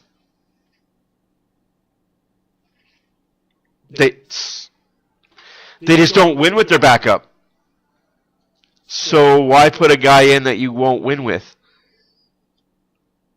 So play your starter until playoffs come and realize, oh wait, we've burned our starter out.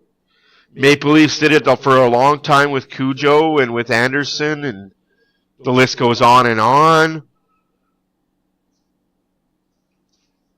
Certain teams just don't know how to play backups.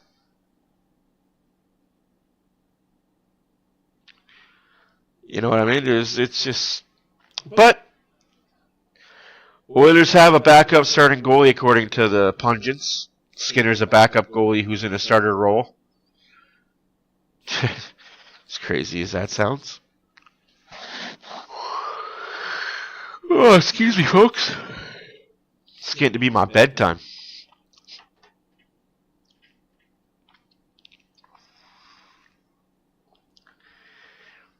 Best part of waking up is soldiers in your cup. The Edmonton Oilers play tonight. They play Saturday, and I think they're off for like a week. Let me double check that schedule.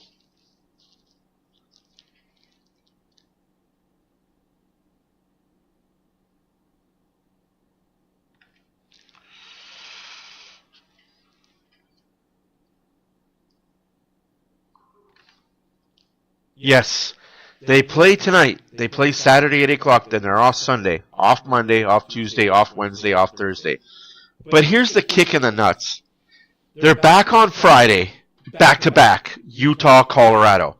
I get that's not a lot of travel, but you come back after a break, and that's the first 2 games you get is back-to-back. And then you get Sunday, Monday off just to go to Vegas. And then you get Tuesday, Thursday, Saturday. Get Sunday, Monday off. Play Tuesday, Thursday, Saturday. Get Sunday off. Play Monday, Thursday, Saturday. And then Saturday, Sunday. And then you get Christmas break. I think the Oilers are just playing way too much hockey. But that's good and bad, right? That just means they're going to get bigger breaks in the second half of the season. So you better bank points in the first half. Otherwise, when you're sitting and the other teams are playing, they can win and jump you. To me, and I'll say this with my dying breath, you win the last game of the regular season to put yourself in the playoffs, whether you're 8th or 1st, you're 1 of 16 in the playoffs. That's all that matters. You are 1 of 8 teams in your conference to play, 1 of 8 teams to have a chance to win the Stanley Cup. That's all that matters, right?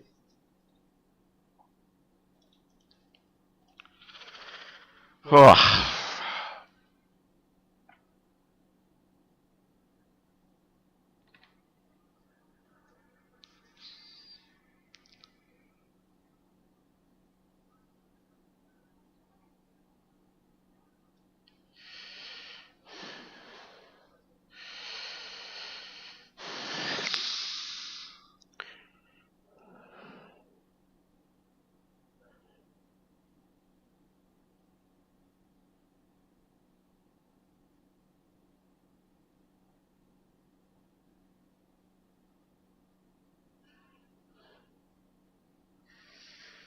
Yeah, it's a tough schedule this year. I don't like it. I don't understand it. But we have no choice but to deal with it, right? Because we're fans of the game and fans of the team. We just say, yes, sir. Can I have another, sir? So again, Minnesota's up 2 going into the third period. Do the Oilers have a third period comeback?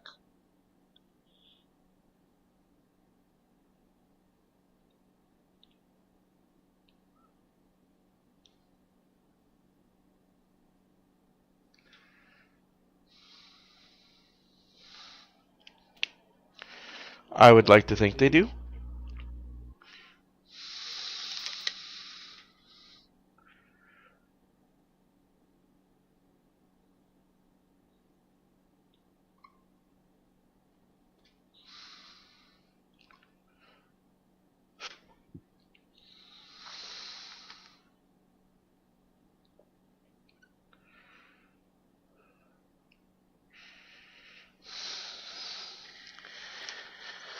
Now, regardless of what happens tonight, Oilers are either going to be 8th in the Western Conference or 4th in the Western Conference. So what a big jump. It's either you're last in the Western Conference for playoff spot or you're 4th in the conference.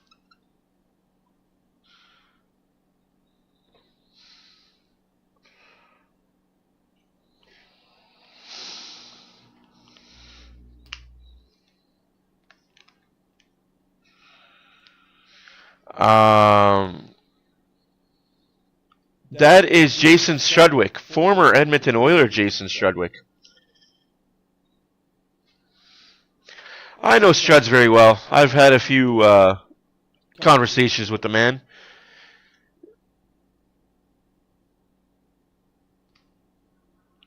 He's honest. He tells it like it is. He doesn't sugarcoat very many things. When the Oilers play bad, he tells you they play bad. And when they have good nights, he tells you when they have good nights.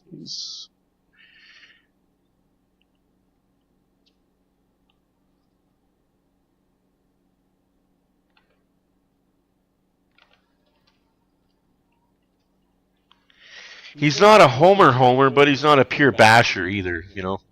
You get those guys that are bashers and those guys that are homers.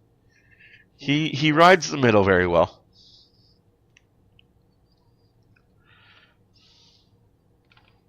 I still don't understand how the Oilers don't have a power play, considering how that period went for dirty, cheap shot pieces of Minnesota.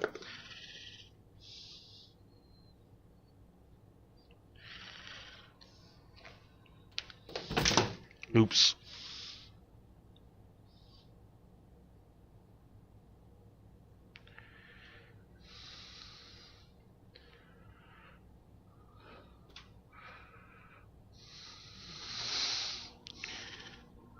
And Goudreau.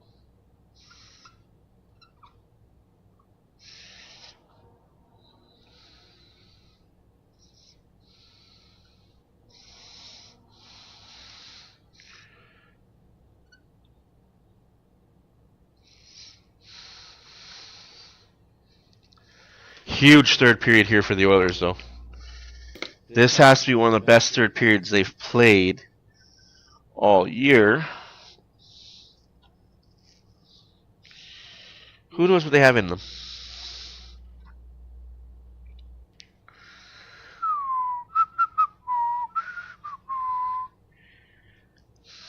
And we're back, because of course we are. Shots after 2, 2019 for the Oilers. Face-offs 53-46 for Minnesota. 0 for 1 for the Wild on the power play. Oilers have yet to get one. Hits are 22-12. Shot blocks are 16-11 in favor of Minnesota both. Giveaways 12 for the Oilers, 11 for Minnesota. Takeaways 2-2. So the Minnesota Wild are up 1 in that department. They were up 7 after 1. So the Oilers played an okay second period. Just were hemmed in their zone. That second line is still garbage. I don't like the Oilers' second line. I'm being honest.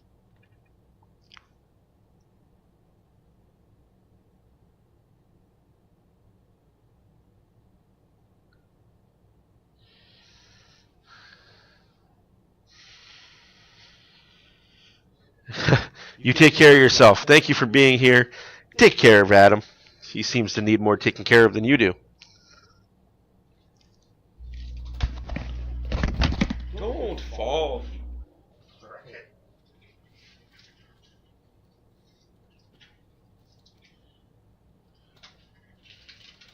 Oh yes, she gave me stupid lights.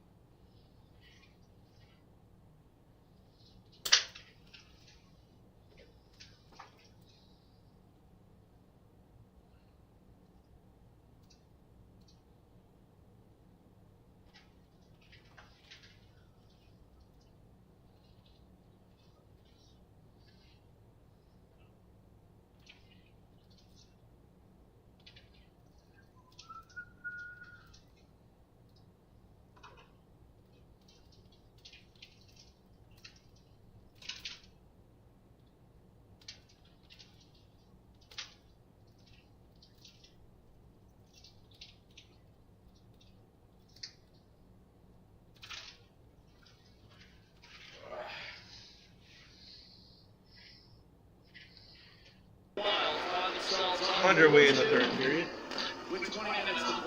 I'm going to need tape so I can do lights up. Yes, we do have lights.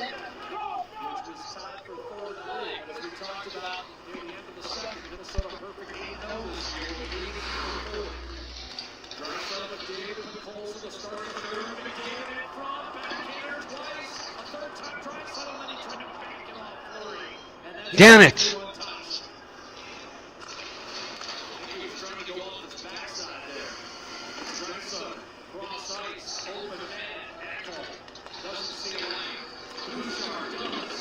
Oh, what a tip by McDavid. Icing. Oh, Kaprizov, you got speed still. Who'd have thunk that?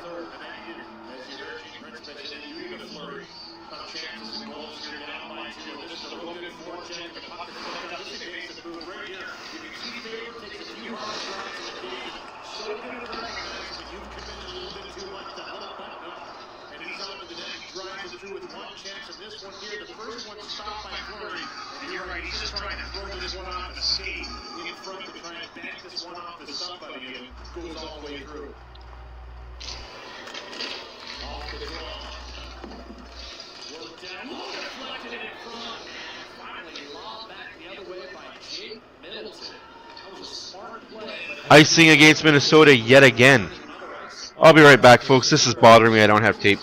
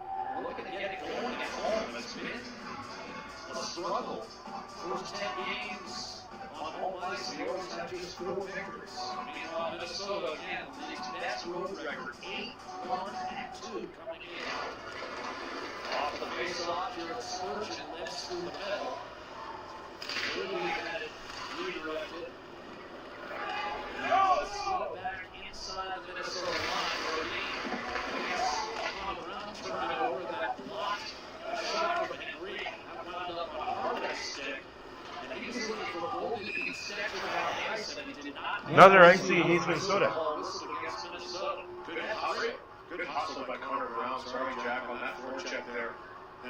did steal the puck because he missed the stick of Brodin. That puck was right to Henry, who was the second wave on the forecheck. And something we talked about the first two periods, just didn't get to it enough. Did not pressure Minnesota enough on the forecheck, make them make some mistakes in zone. Seems like they have that mindset heading into this third period starting. That's not touched by anything. That's out of play, straight out of play. Isn't that a nice penalty? Minnesota the opportunity to change. And they'll take full advantage of this. Top line comes out to match up. David Nugent-Hopkins scoring Harry combo. Chris Knobloch continues to take. And he talked about Hyman being outright, and one of the guys that you just know you're going to get from Zach Hyman every single game. He's hard on the wall, he's hard in front of the net, he goes to that blue paint. Scored very similar in that regard. He's already scored a goal in this one, and not afraid to get that in front of the net. Echo off the Minnesota clear. McDavid around Boldy. Gets the line with the ball to the hand of Brodin. Trying to walk the boards. He did get it through there. And now Boldy will thread it across to Kristoff. And he's going to reload. Starting to Brodin. Now to Kristoff. Advances through people who around Boucher into the net. And straight at the last instant. Great impact. That caught him right the last second. Hard check on Corey. Very stopped him right in the tracks. Kristoff on a follow through. Sugar got through center. Yeah, You're right. Even though Oh, he did Kristoff laying big hits out there. There's another guy who's not labor unless it's warranted. He's going to stay on the bench for now. His TD Force will get a look. So what? Corey Perry got hit, no call. But Kristoff was out there just laying bodies now. Interesting. Fuck's sakes.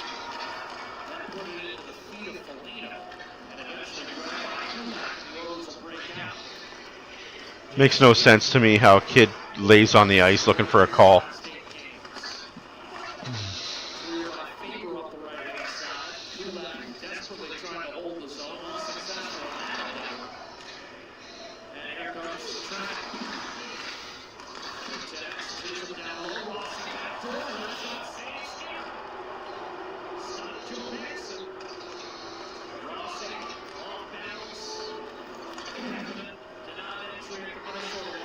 Ah.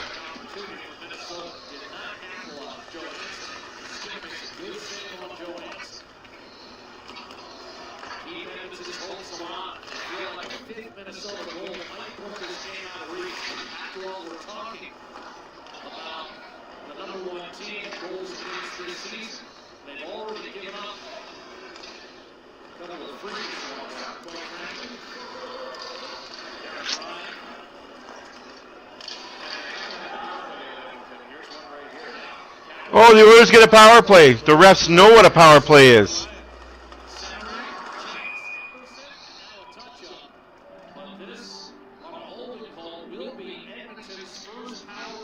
First power play of the game, 15:41 to play in the game, and you get your first power play?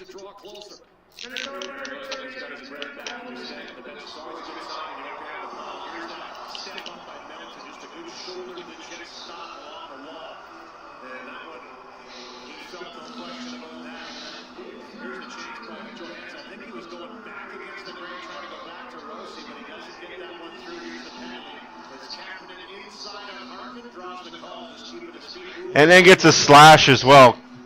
Could have got called for both.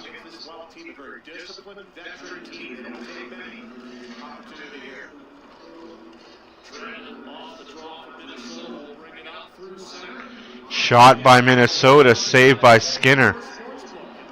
Come on, Hopkins, you piece of crap.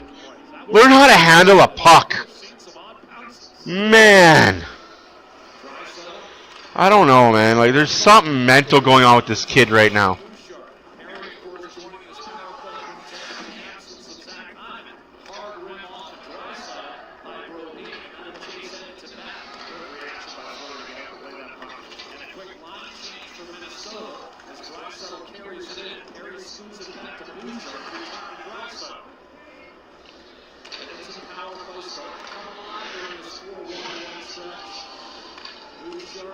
Yeah, it's ridiculous. Hopkins, back to Bouchard. Garbage.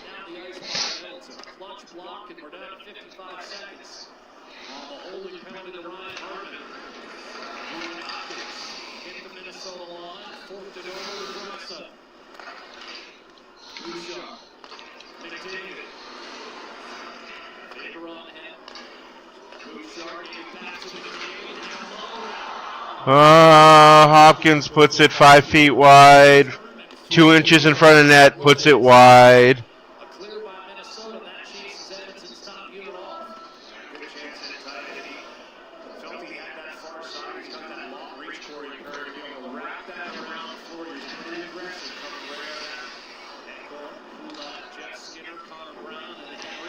"12 seconds left to go on the power play. They're not scoring, folks. This team's ouchies tonight."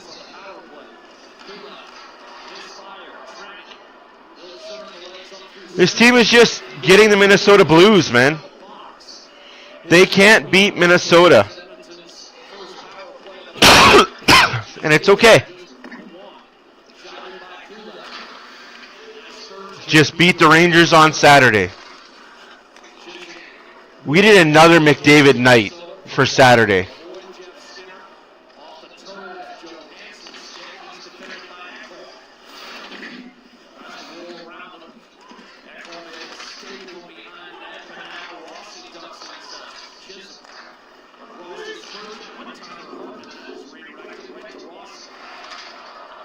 And this Oilers line is hammed in their zone.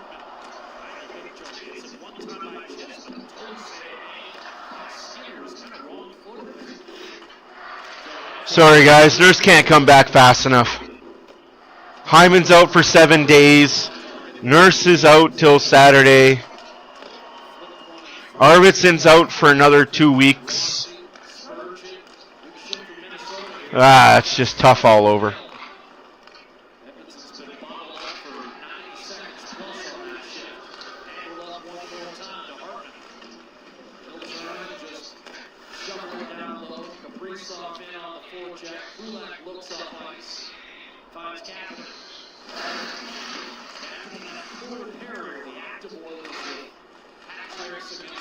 No, absolutely, Bin Bun Bun. That is a good game. The Ranger game is a good dictator of... Oh, come on. Janmark gets tackled in front of the net. No call. No, absolutely. This Ranger game coming up on Saturday is going to be a good test to see where this team is. Hopefully Hyman will be back. Nurse will be back.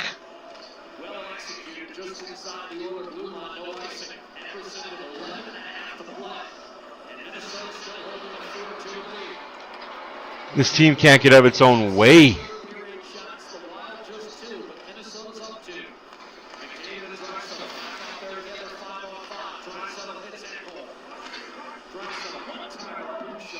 One-timer Bouchard, whole lot of skadoosh, nothing. I'm going to fix these lights. It's annoying me.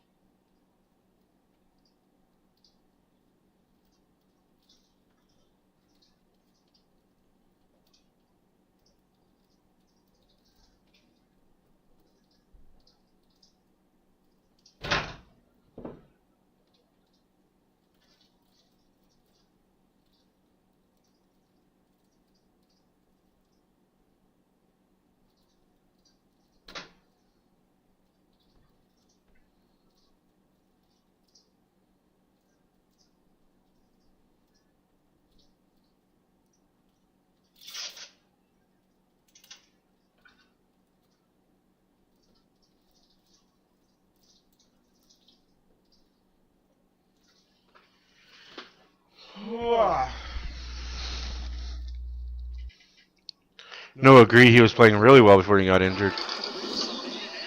We got 10.5 minutes left to go in the third period. Still 4-2 Minnesota. And there will be no icing, so he felt that David backtracking on there. He wasn't going to be able to get away from him, so he tried to spin. He loves to hold on to that puck and do the button up, find some space to David. Maybe the best to serve the puck in full flight. Big pass, Offside from Skinner to the net. Lost that puck in his feet. Middleton gave right back to Offside. He was knocked out by Trent, and the ball will bring it to 2-on-1. Maybe 3-on-2. Middleton Draisaitl loses the puck. And this light won't stay up. Draisaitl loses the puck battle. Right at the blue line. I mean, this is a team that has always developed from. This is right up high in the zone. On the blue line, just along the wall. And just a good puck battle now here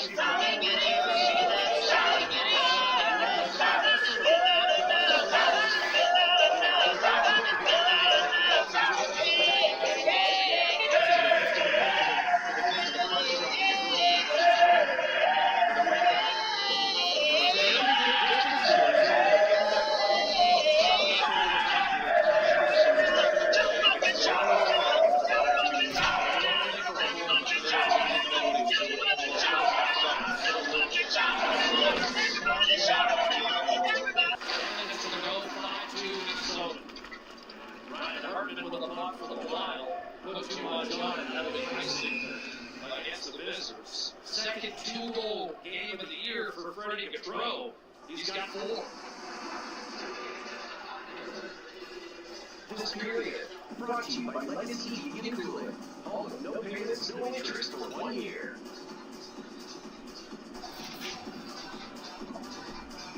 Freddie Gaudreau scored all his goals in 2 games. And as a result, Minnesota in total command at 5-2. And off the draw, a puck deflects out of play, and Freddie Gaudreau has made it 5-2, much to the chagrin of Stuart Skinner and the Edmonton Oilers playing at home tonight on Sportsnet.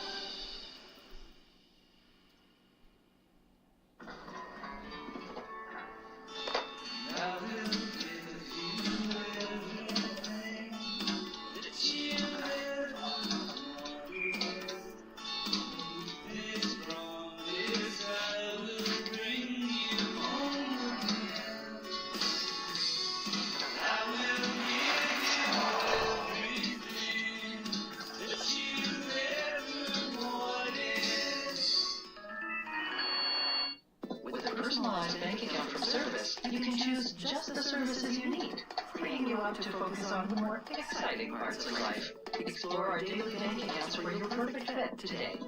Service Credit Union. Feel good about your money. On December 31st, ring in the new year with a tribute to Jimmy Buffett as the venue at River Free presents Spirits of the Caribbean. Join us for a high-energy night in Margaritaville and a New Year's Eve party you'll never forget. Get your tickets now at riverfreeresort.com. Score and Win is on at Save-On Foods, and you can score big by earning bonus entries on products like Dr. Edgar Giuseppe Rising Crust Pizza. Win big and save big with our weekly flyer. The AWT burger. Let's go. Juicy grass-fed beef. Let's go. Let's go! We should go. Oh, yeah. Taste the team burger. Good thing I wasn't paying attention to chat. That guy's just an idiot. Illegally broadcasting, absolutely. Absolutely, I'm illegally broadcasting. You're a fucking idiot. Absolutely, I'm showing the game and all. Dude, you're an idiot. Go ahead.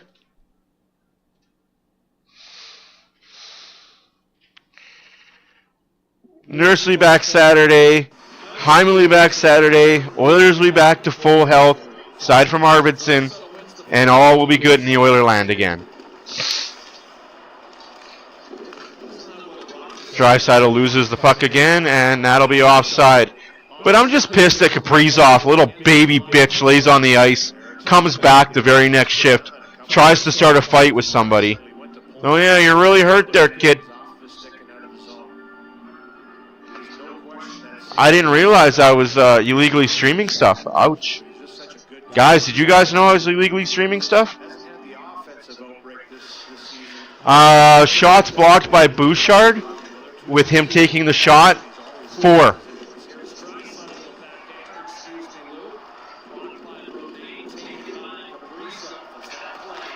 What's going on tonight is downfall of what? Sorry, Edmund. Downfall of what? No, it's not downfall. This is Minnesota hockey when they play the Oilers. The Oilers in Minnesota, I think the Minnesota Wild are like overall 20, 10, and 4 in the last decade and a half playing against the Oilers. Marc-Andre Fleury 16, 6, and 1 against the Oilers himself. And that was a lot of years of Pittsburgh.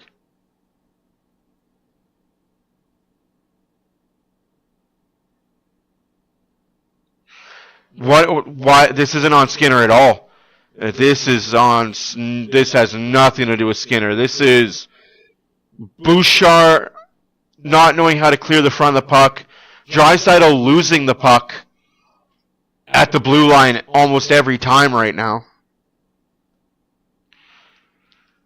Like, this is us missing Nurse, missing Hyman. It's one of those games you knew it was going to happen.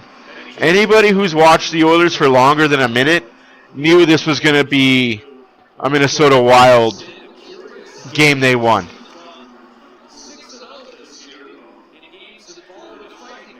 Especially with how their season has gone so far and how good they've been so far this season.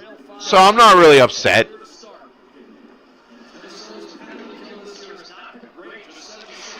Absolutely. Oilers just aren't good tonight. Not good enough.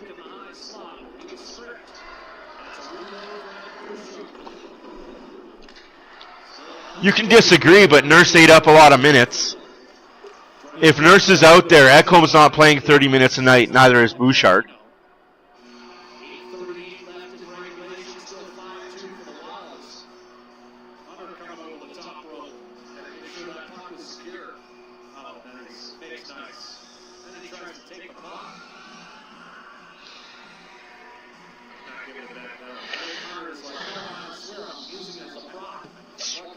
It is what it is. Like, I'm not going to sugarcoat it. Yeah, they could be better for sure.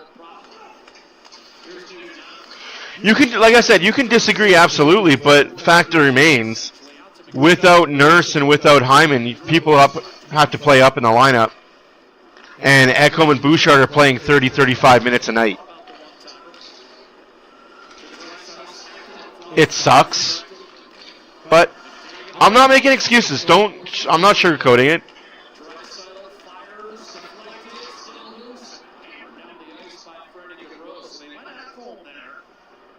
I just disagree with a lot of other Oiler broadcasters and a lot of Oiler YouTubers that are bashing the team constantly.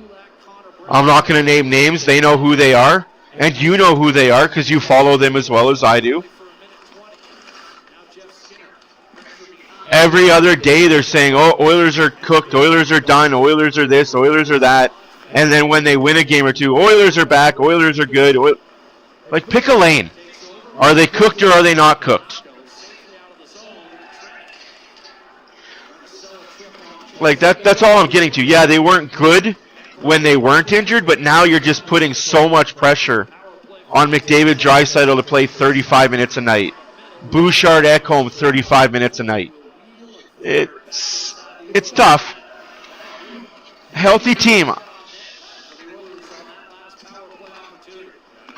I like what Kaprizov's brought.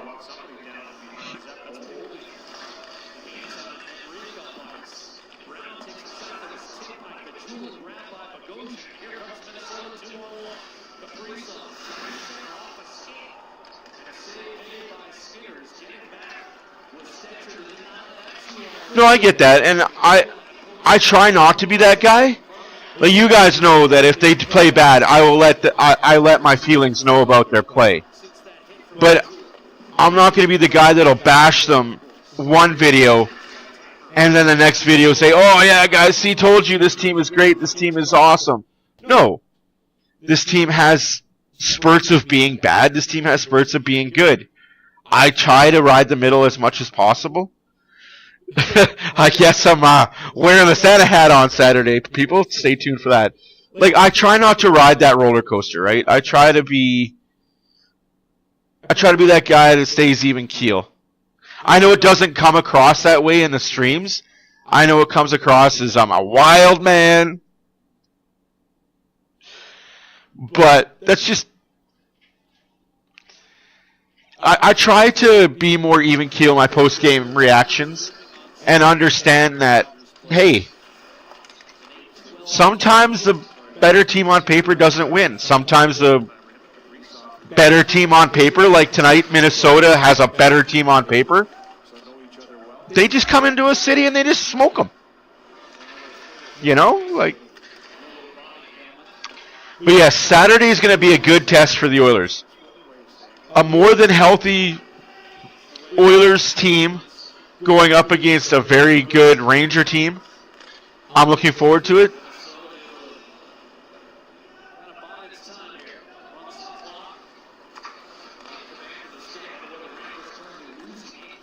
No, I don't need a fancier one. I just want... I'll wear the one we have. I'm good with the one we have. Won 13 of the last 17 games in Edmonton since 2003. If that doesn't scream pure domination... Like, that's the only way I know how to be Chemo. Like, I won't appease everybody and I won't bow down to what everybody else says. No. No, no. Diane? No. I will sleep on the couch tonight. If you go get bells, lights, and dancing for a hat, I will sleep on the couch tonight. I promise you that. But no, like, honestly, I get why other people are roller coaster riders.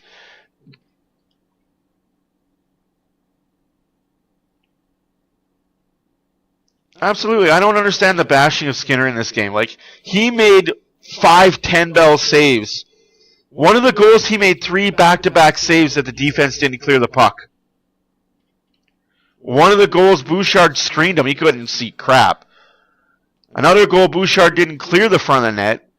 See that right there? What are the Minnesota Wild players doing right there? Blocking shots and making sure it's cleared.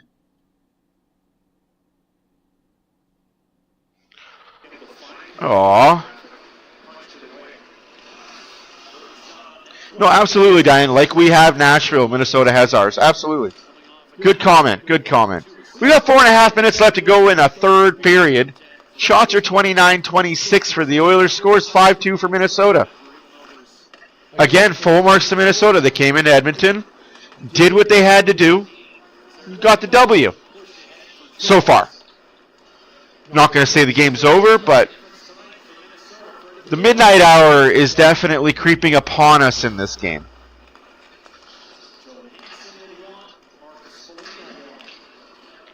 No, this game's not on Skinner at all.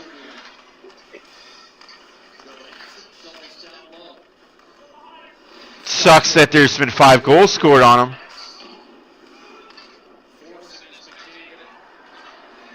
Absolutely.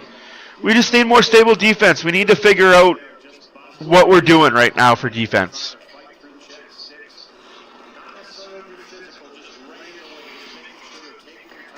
Just got to figure it out, right? Like, I think by game 35, you're going to see this team skyrocket up the standings. Excuse me. But again, it's not like they're out of the playoffs right now. Even with this loss, they're still in 8th place in the West. 4th place in the Pacific. Minnesota right now with a win are going to be 2 points behind Winnipeg for first place in the Western Conference. Bouchard needs to be better. Absolutely.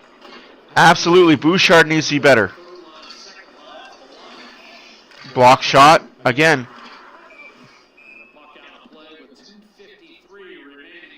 I love Brown. I like what he does. Unfortunately, he's put into a situation where he can't succeed here in Edmonton.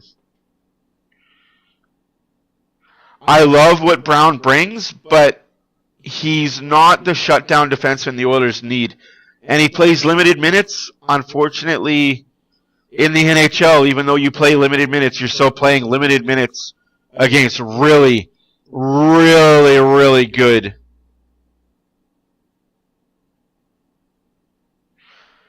players. Like, I'm at the point right now with the Oilers where it's just get to the playoffs. Get healthy. Get to the playoffs. Let's go on a run. Let's shock some teams. Let's just do the damn thing, right? Let's do what we do. I think when this team is healthy and this team is gelling and this team plays the way it plays, there's nobody better than them. Absolutely. I love what he does and I love what he brings. I love the physical side. The Oilers just need their forwards to score. And that's one thing that's lacking right now in Edmonton is scoring outside of McDavid and Draisaitl.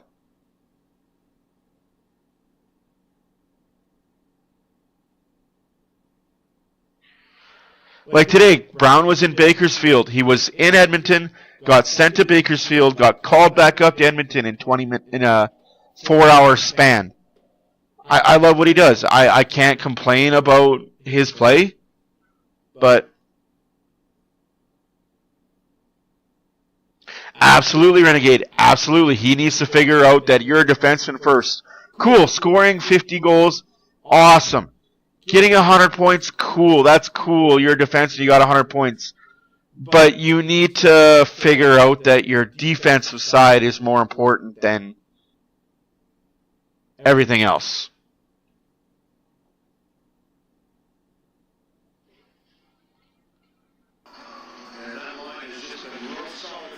So maybe there's a guy coming in to save the Oilers on that aspect. There's a guy coming via trade for the Oilers. Or is this what we have? Weather the storm to a playoffs, trade deadline, and go from there.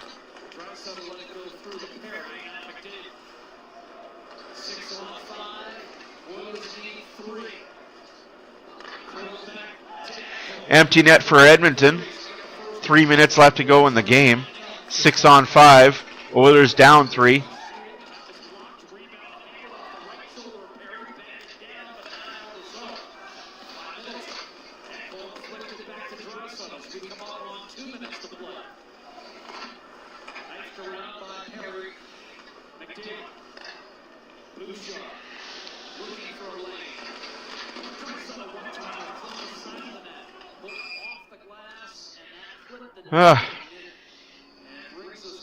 Is what it is. Can't be too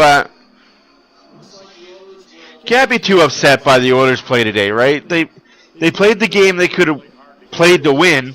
Unfortunately, Fleury's a really good goalie. Minnesota plays really good defense, and the Oilers are still lacking that defensive maturity.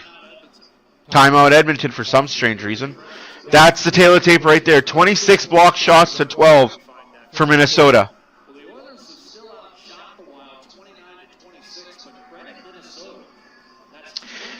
I'm not upset by this game. Like, maybe I should be, but in all honesty, the Oilers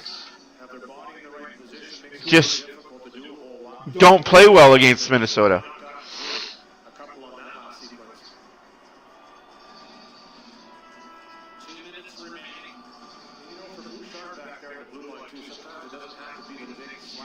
It sucks that what I'm doing is illegal streaming. I mean, I know a guy that plays the radio, and that's okay. Because that's not illegal streaming or anything.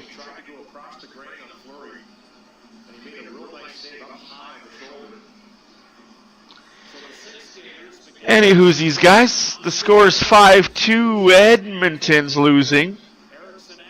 2 minutes left to go in the game. Oilers play on Saturday, and then they're off for a week. Schedules is what schedule says.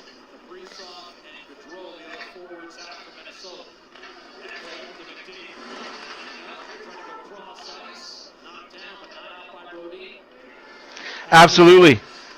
Absolutely. You nailed it. Teams are coming to Edmonton knowing that the Oilers are going to be a really good team, and that's measuring stick. For so many years, teams would come to Edmonton and say, oh, well, we could beat this team with our eyes closed. Not anymore. You got to put in full 60 minutes, and Oilers haven't figured out how to do that yet. And Hopkins loses the puck.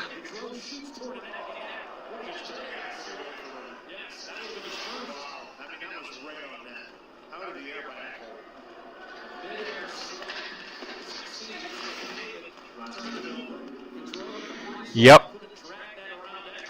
55 seconds left in the game.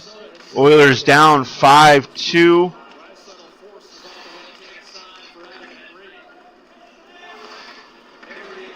Games like this are games we expect the Oilers to play.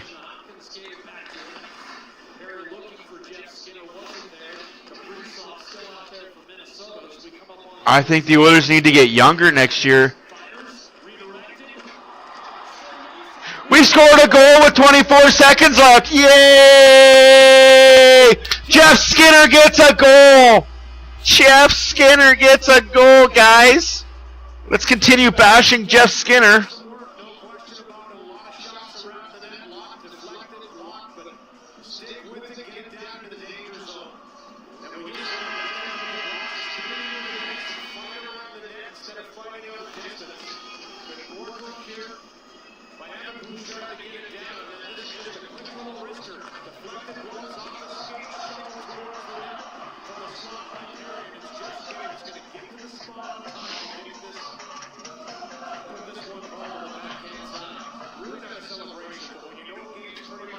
Five, 3 Minnesota.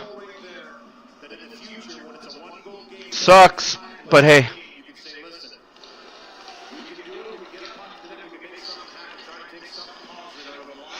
Too little, too late, but Jeff Skinner gets the goal assisted by Perry and Hopkins. Me too. Kibo. Me too. I would have loved to see this 40 minutes ago. You're not wrong. Unfortunately, that's the game, folks. Oilers lose 5-3 to the Minnesota Wild. I honestly think this was not a bad game overall played by the Oilers. Just give me half a second here. I'm going to...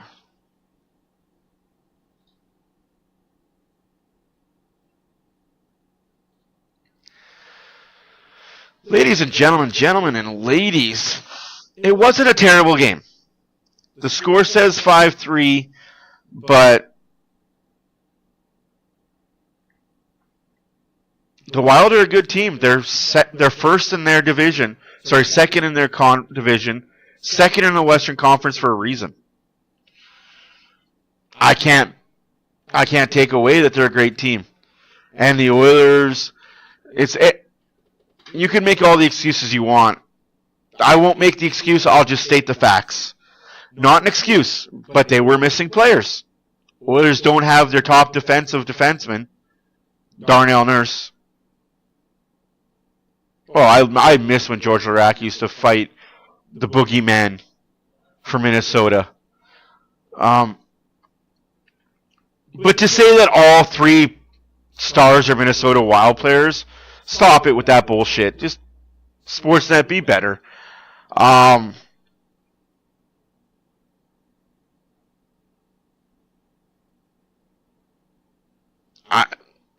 can't be mad. Like I said, like missing Hyman, missing Nurse, missing Arvidsson. It sucks. It's not an excuse. But you can say it's a garbage effort. Like, I understand what you're saying, but it's not. If you understand the way the Minnesota Wild play and the type of style they snore you to death, you can't get mad at the Oilers' effort.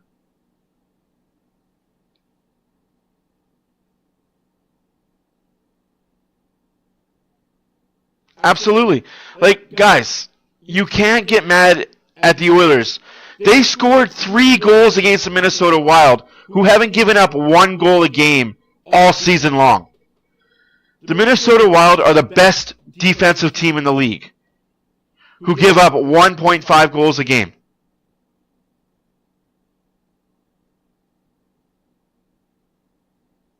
But I don't understand why people don't like to hear this. But Minnesota's a good team. Oilers are an okay team. That's why Minnesota is an elite team in second place in the conference, and the Oilers are in 8th. Absolutely. You can be mad at individual efforts, absolutely, but as a whole, the garbage, it wasn't effort. It was there. That's why you play 82 games and not 1, right? Anyways, guys, my name is Matt for Oilers Fan Reaction. Thank you for all being here. It's great to be live. I'll be back on Saturday. I'll do a post-game reaction video tonight, maybe tomorrow, depending on how everybody's feeling. And we just kind of take the L on the chin and be better next game. We've got the New York Rangers coming in on Saturday night, Hockey Night in Canada, 8 p.m., finally a late game. And then we're off until next Friday. And then it's back-to-back Utah, Colorado. First game against Utah is in Utah on Friday, next Friday. So hopefully you guys see you there. Till then, enjoy the night. Enjoy the rest of your week. And if I don't see you Saturday, have a good weekend. Deuces.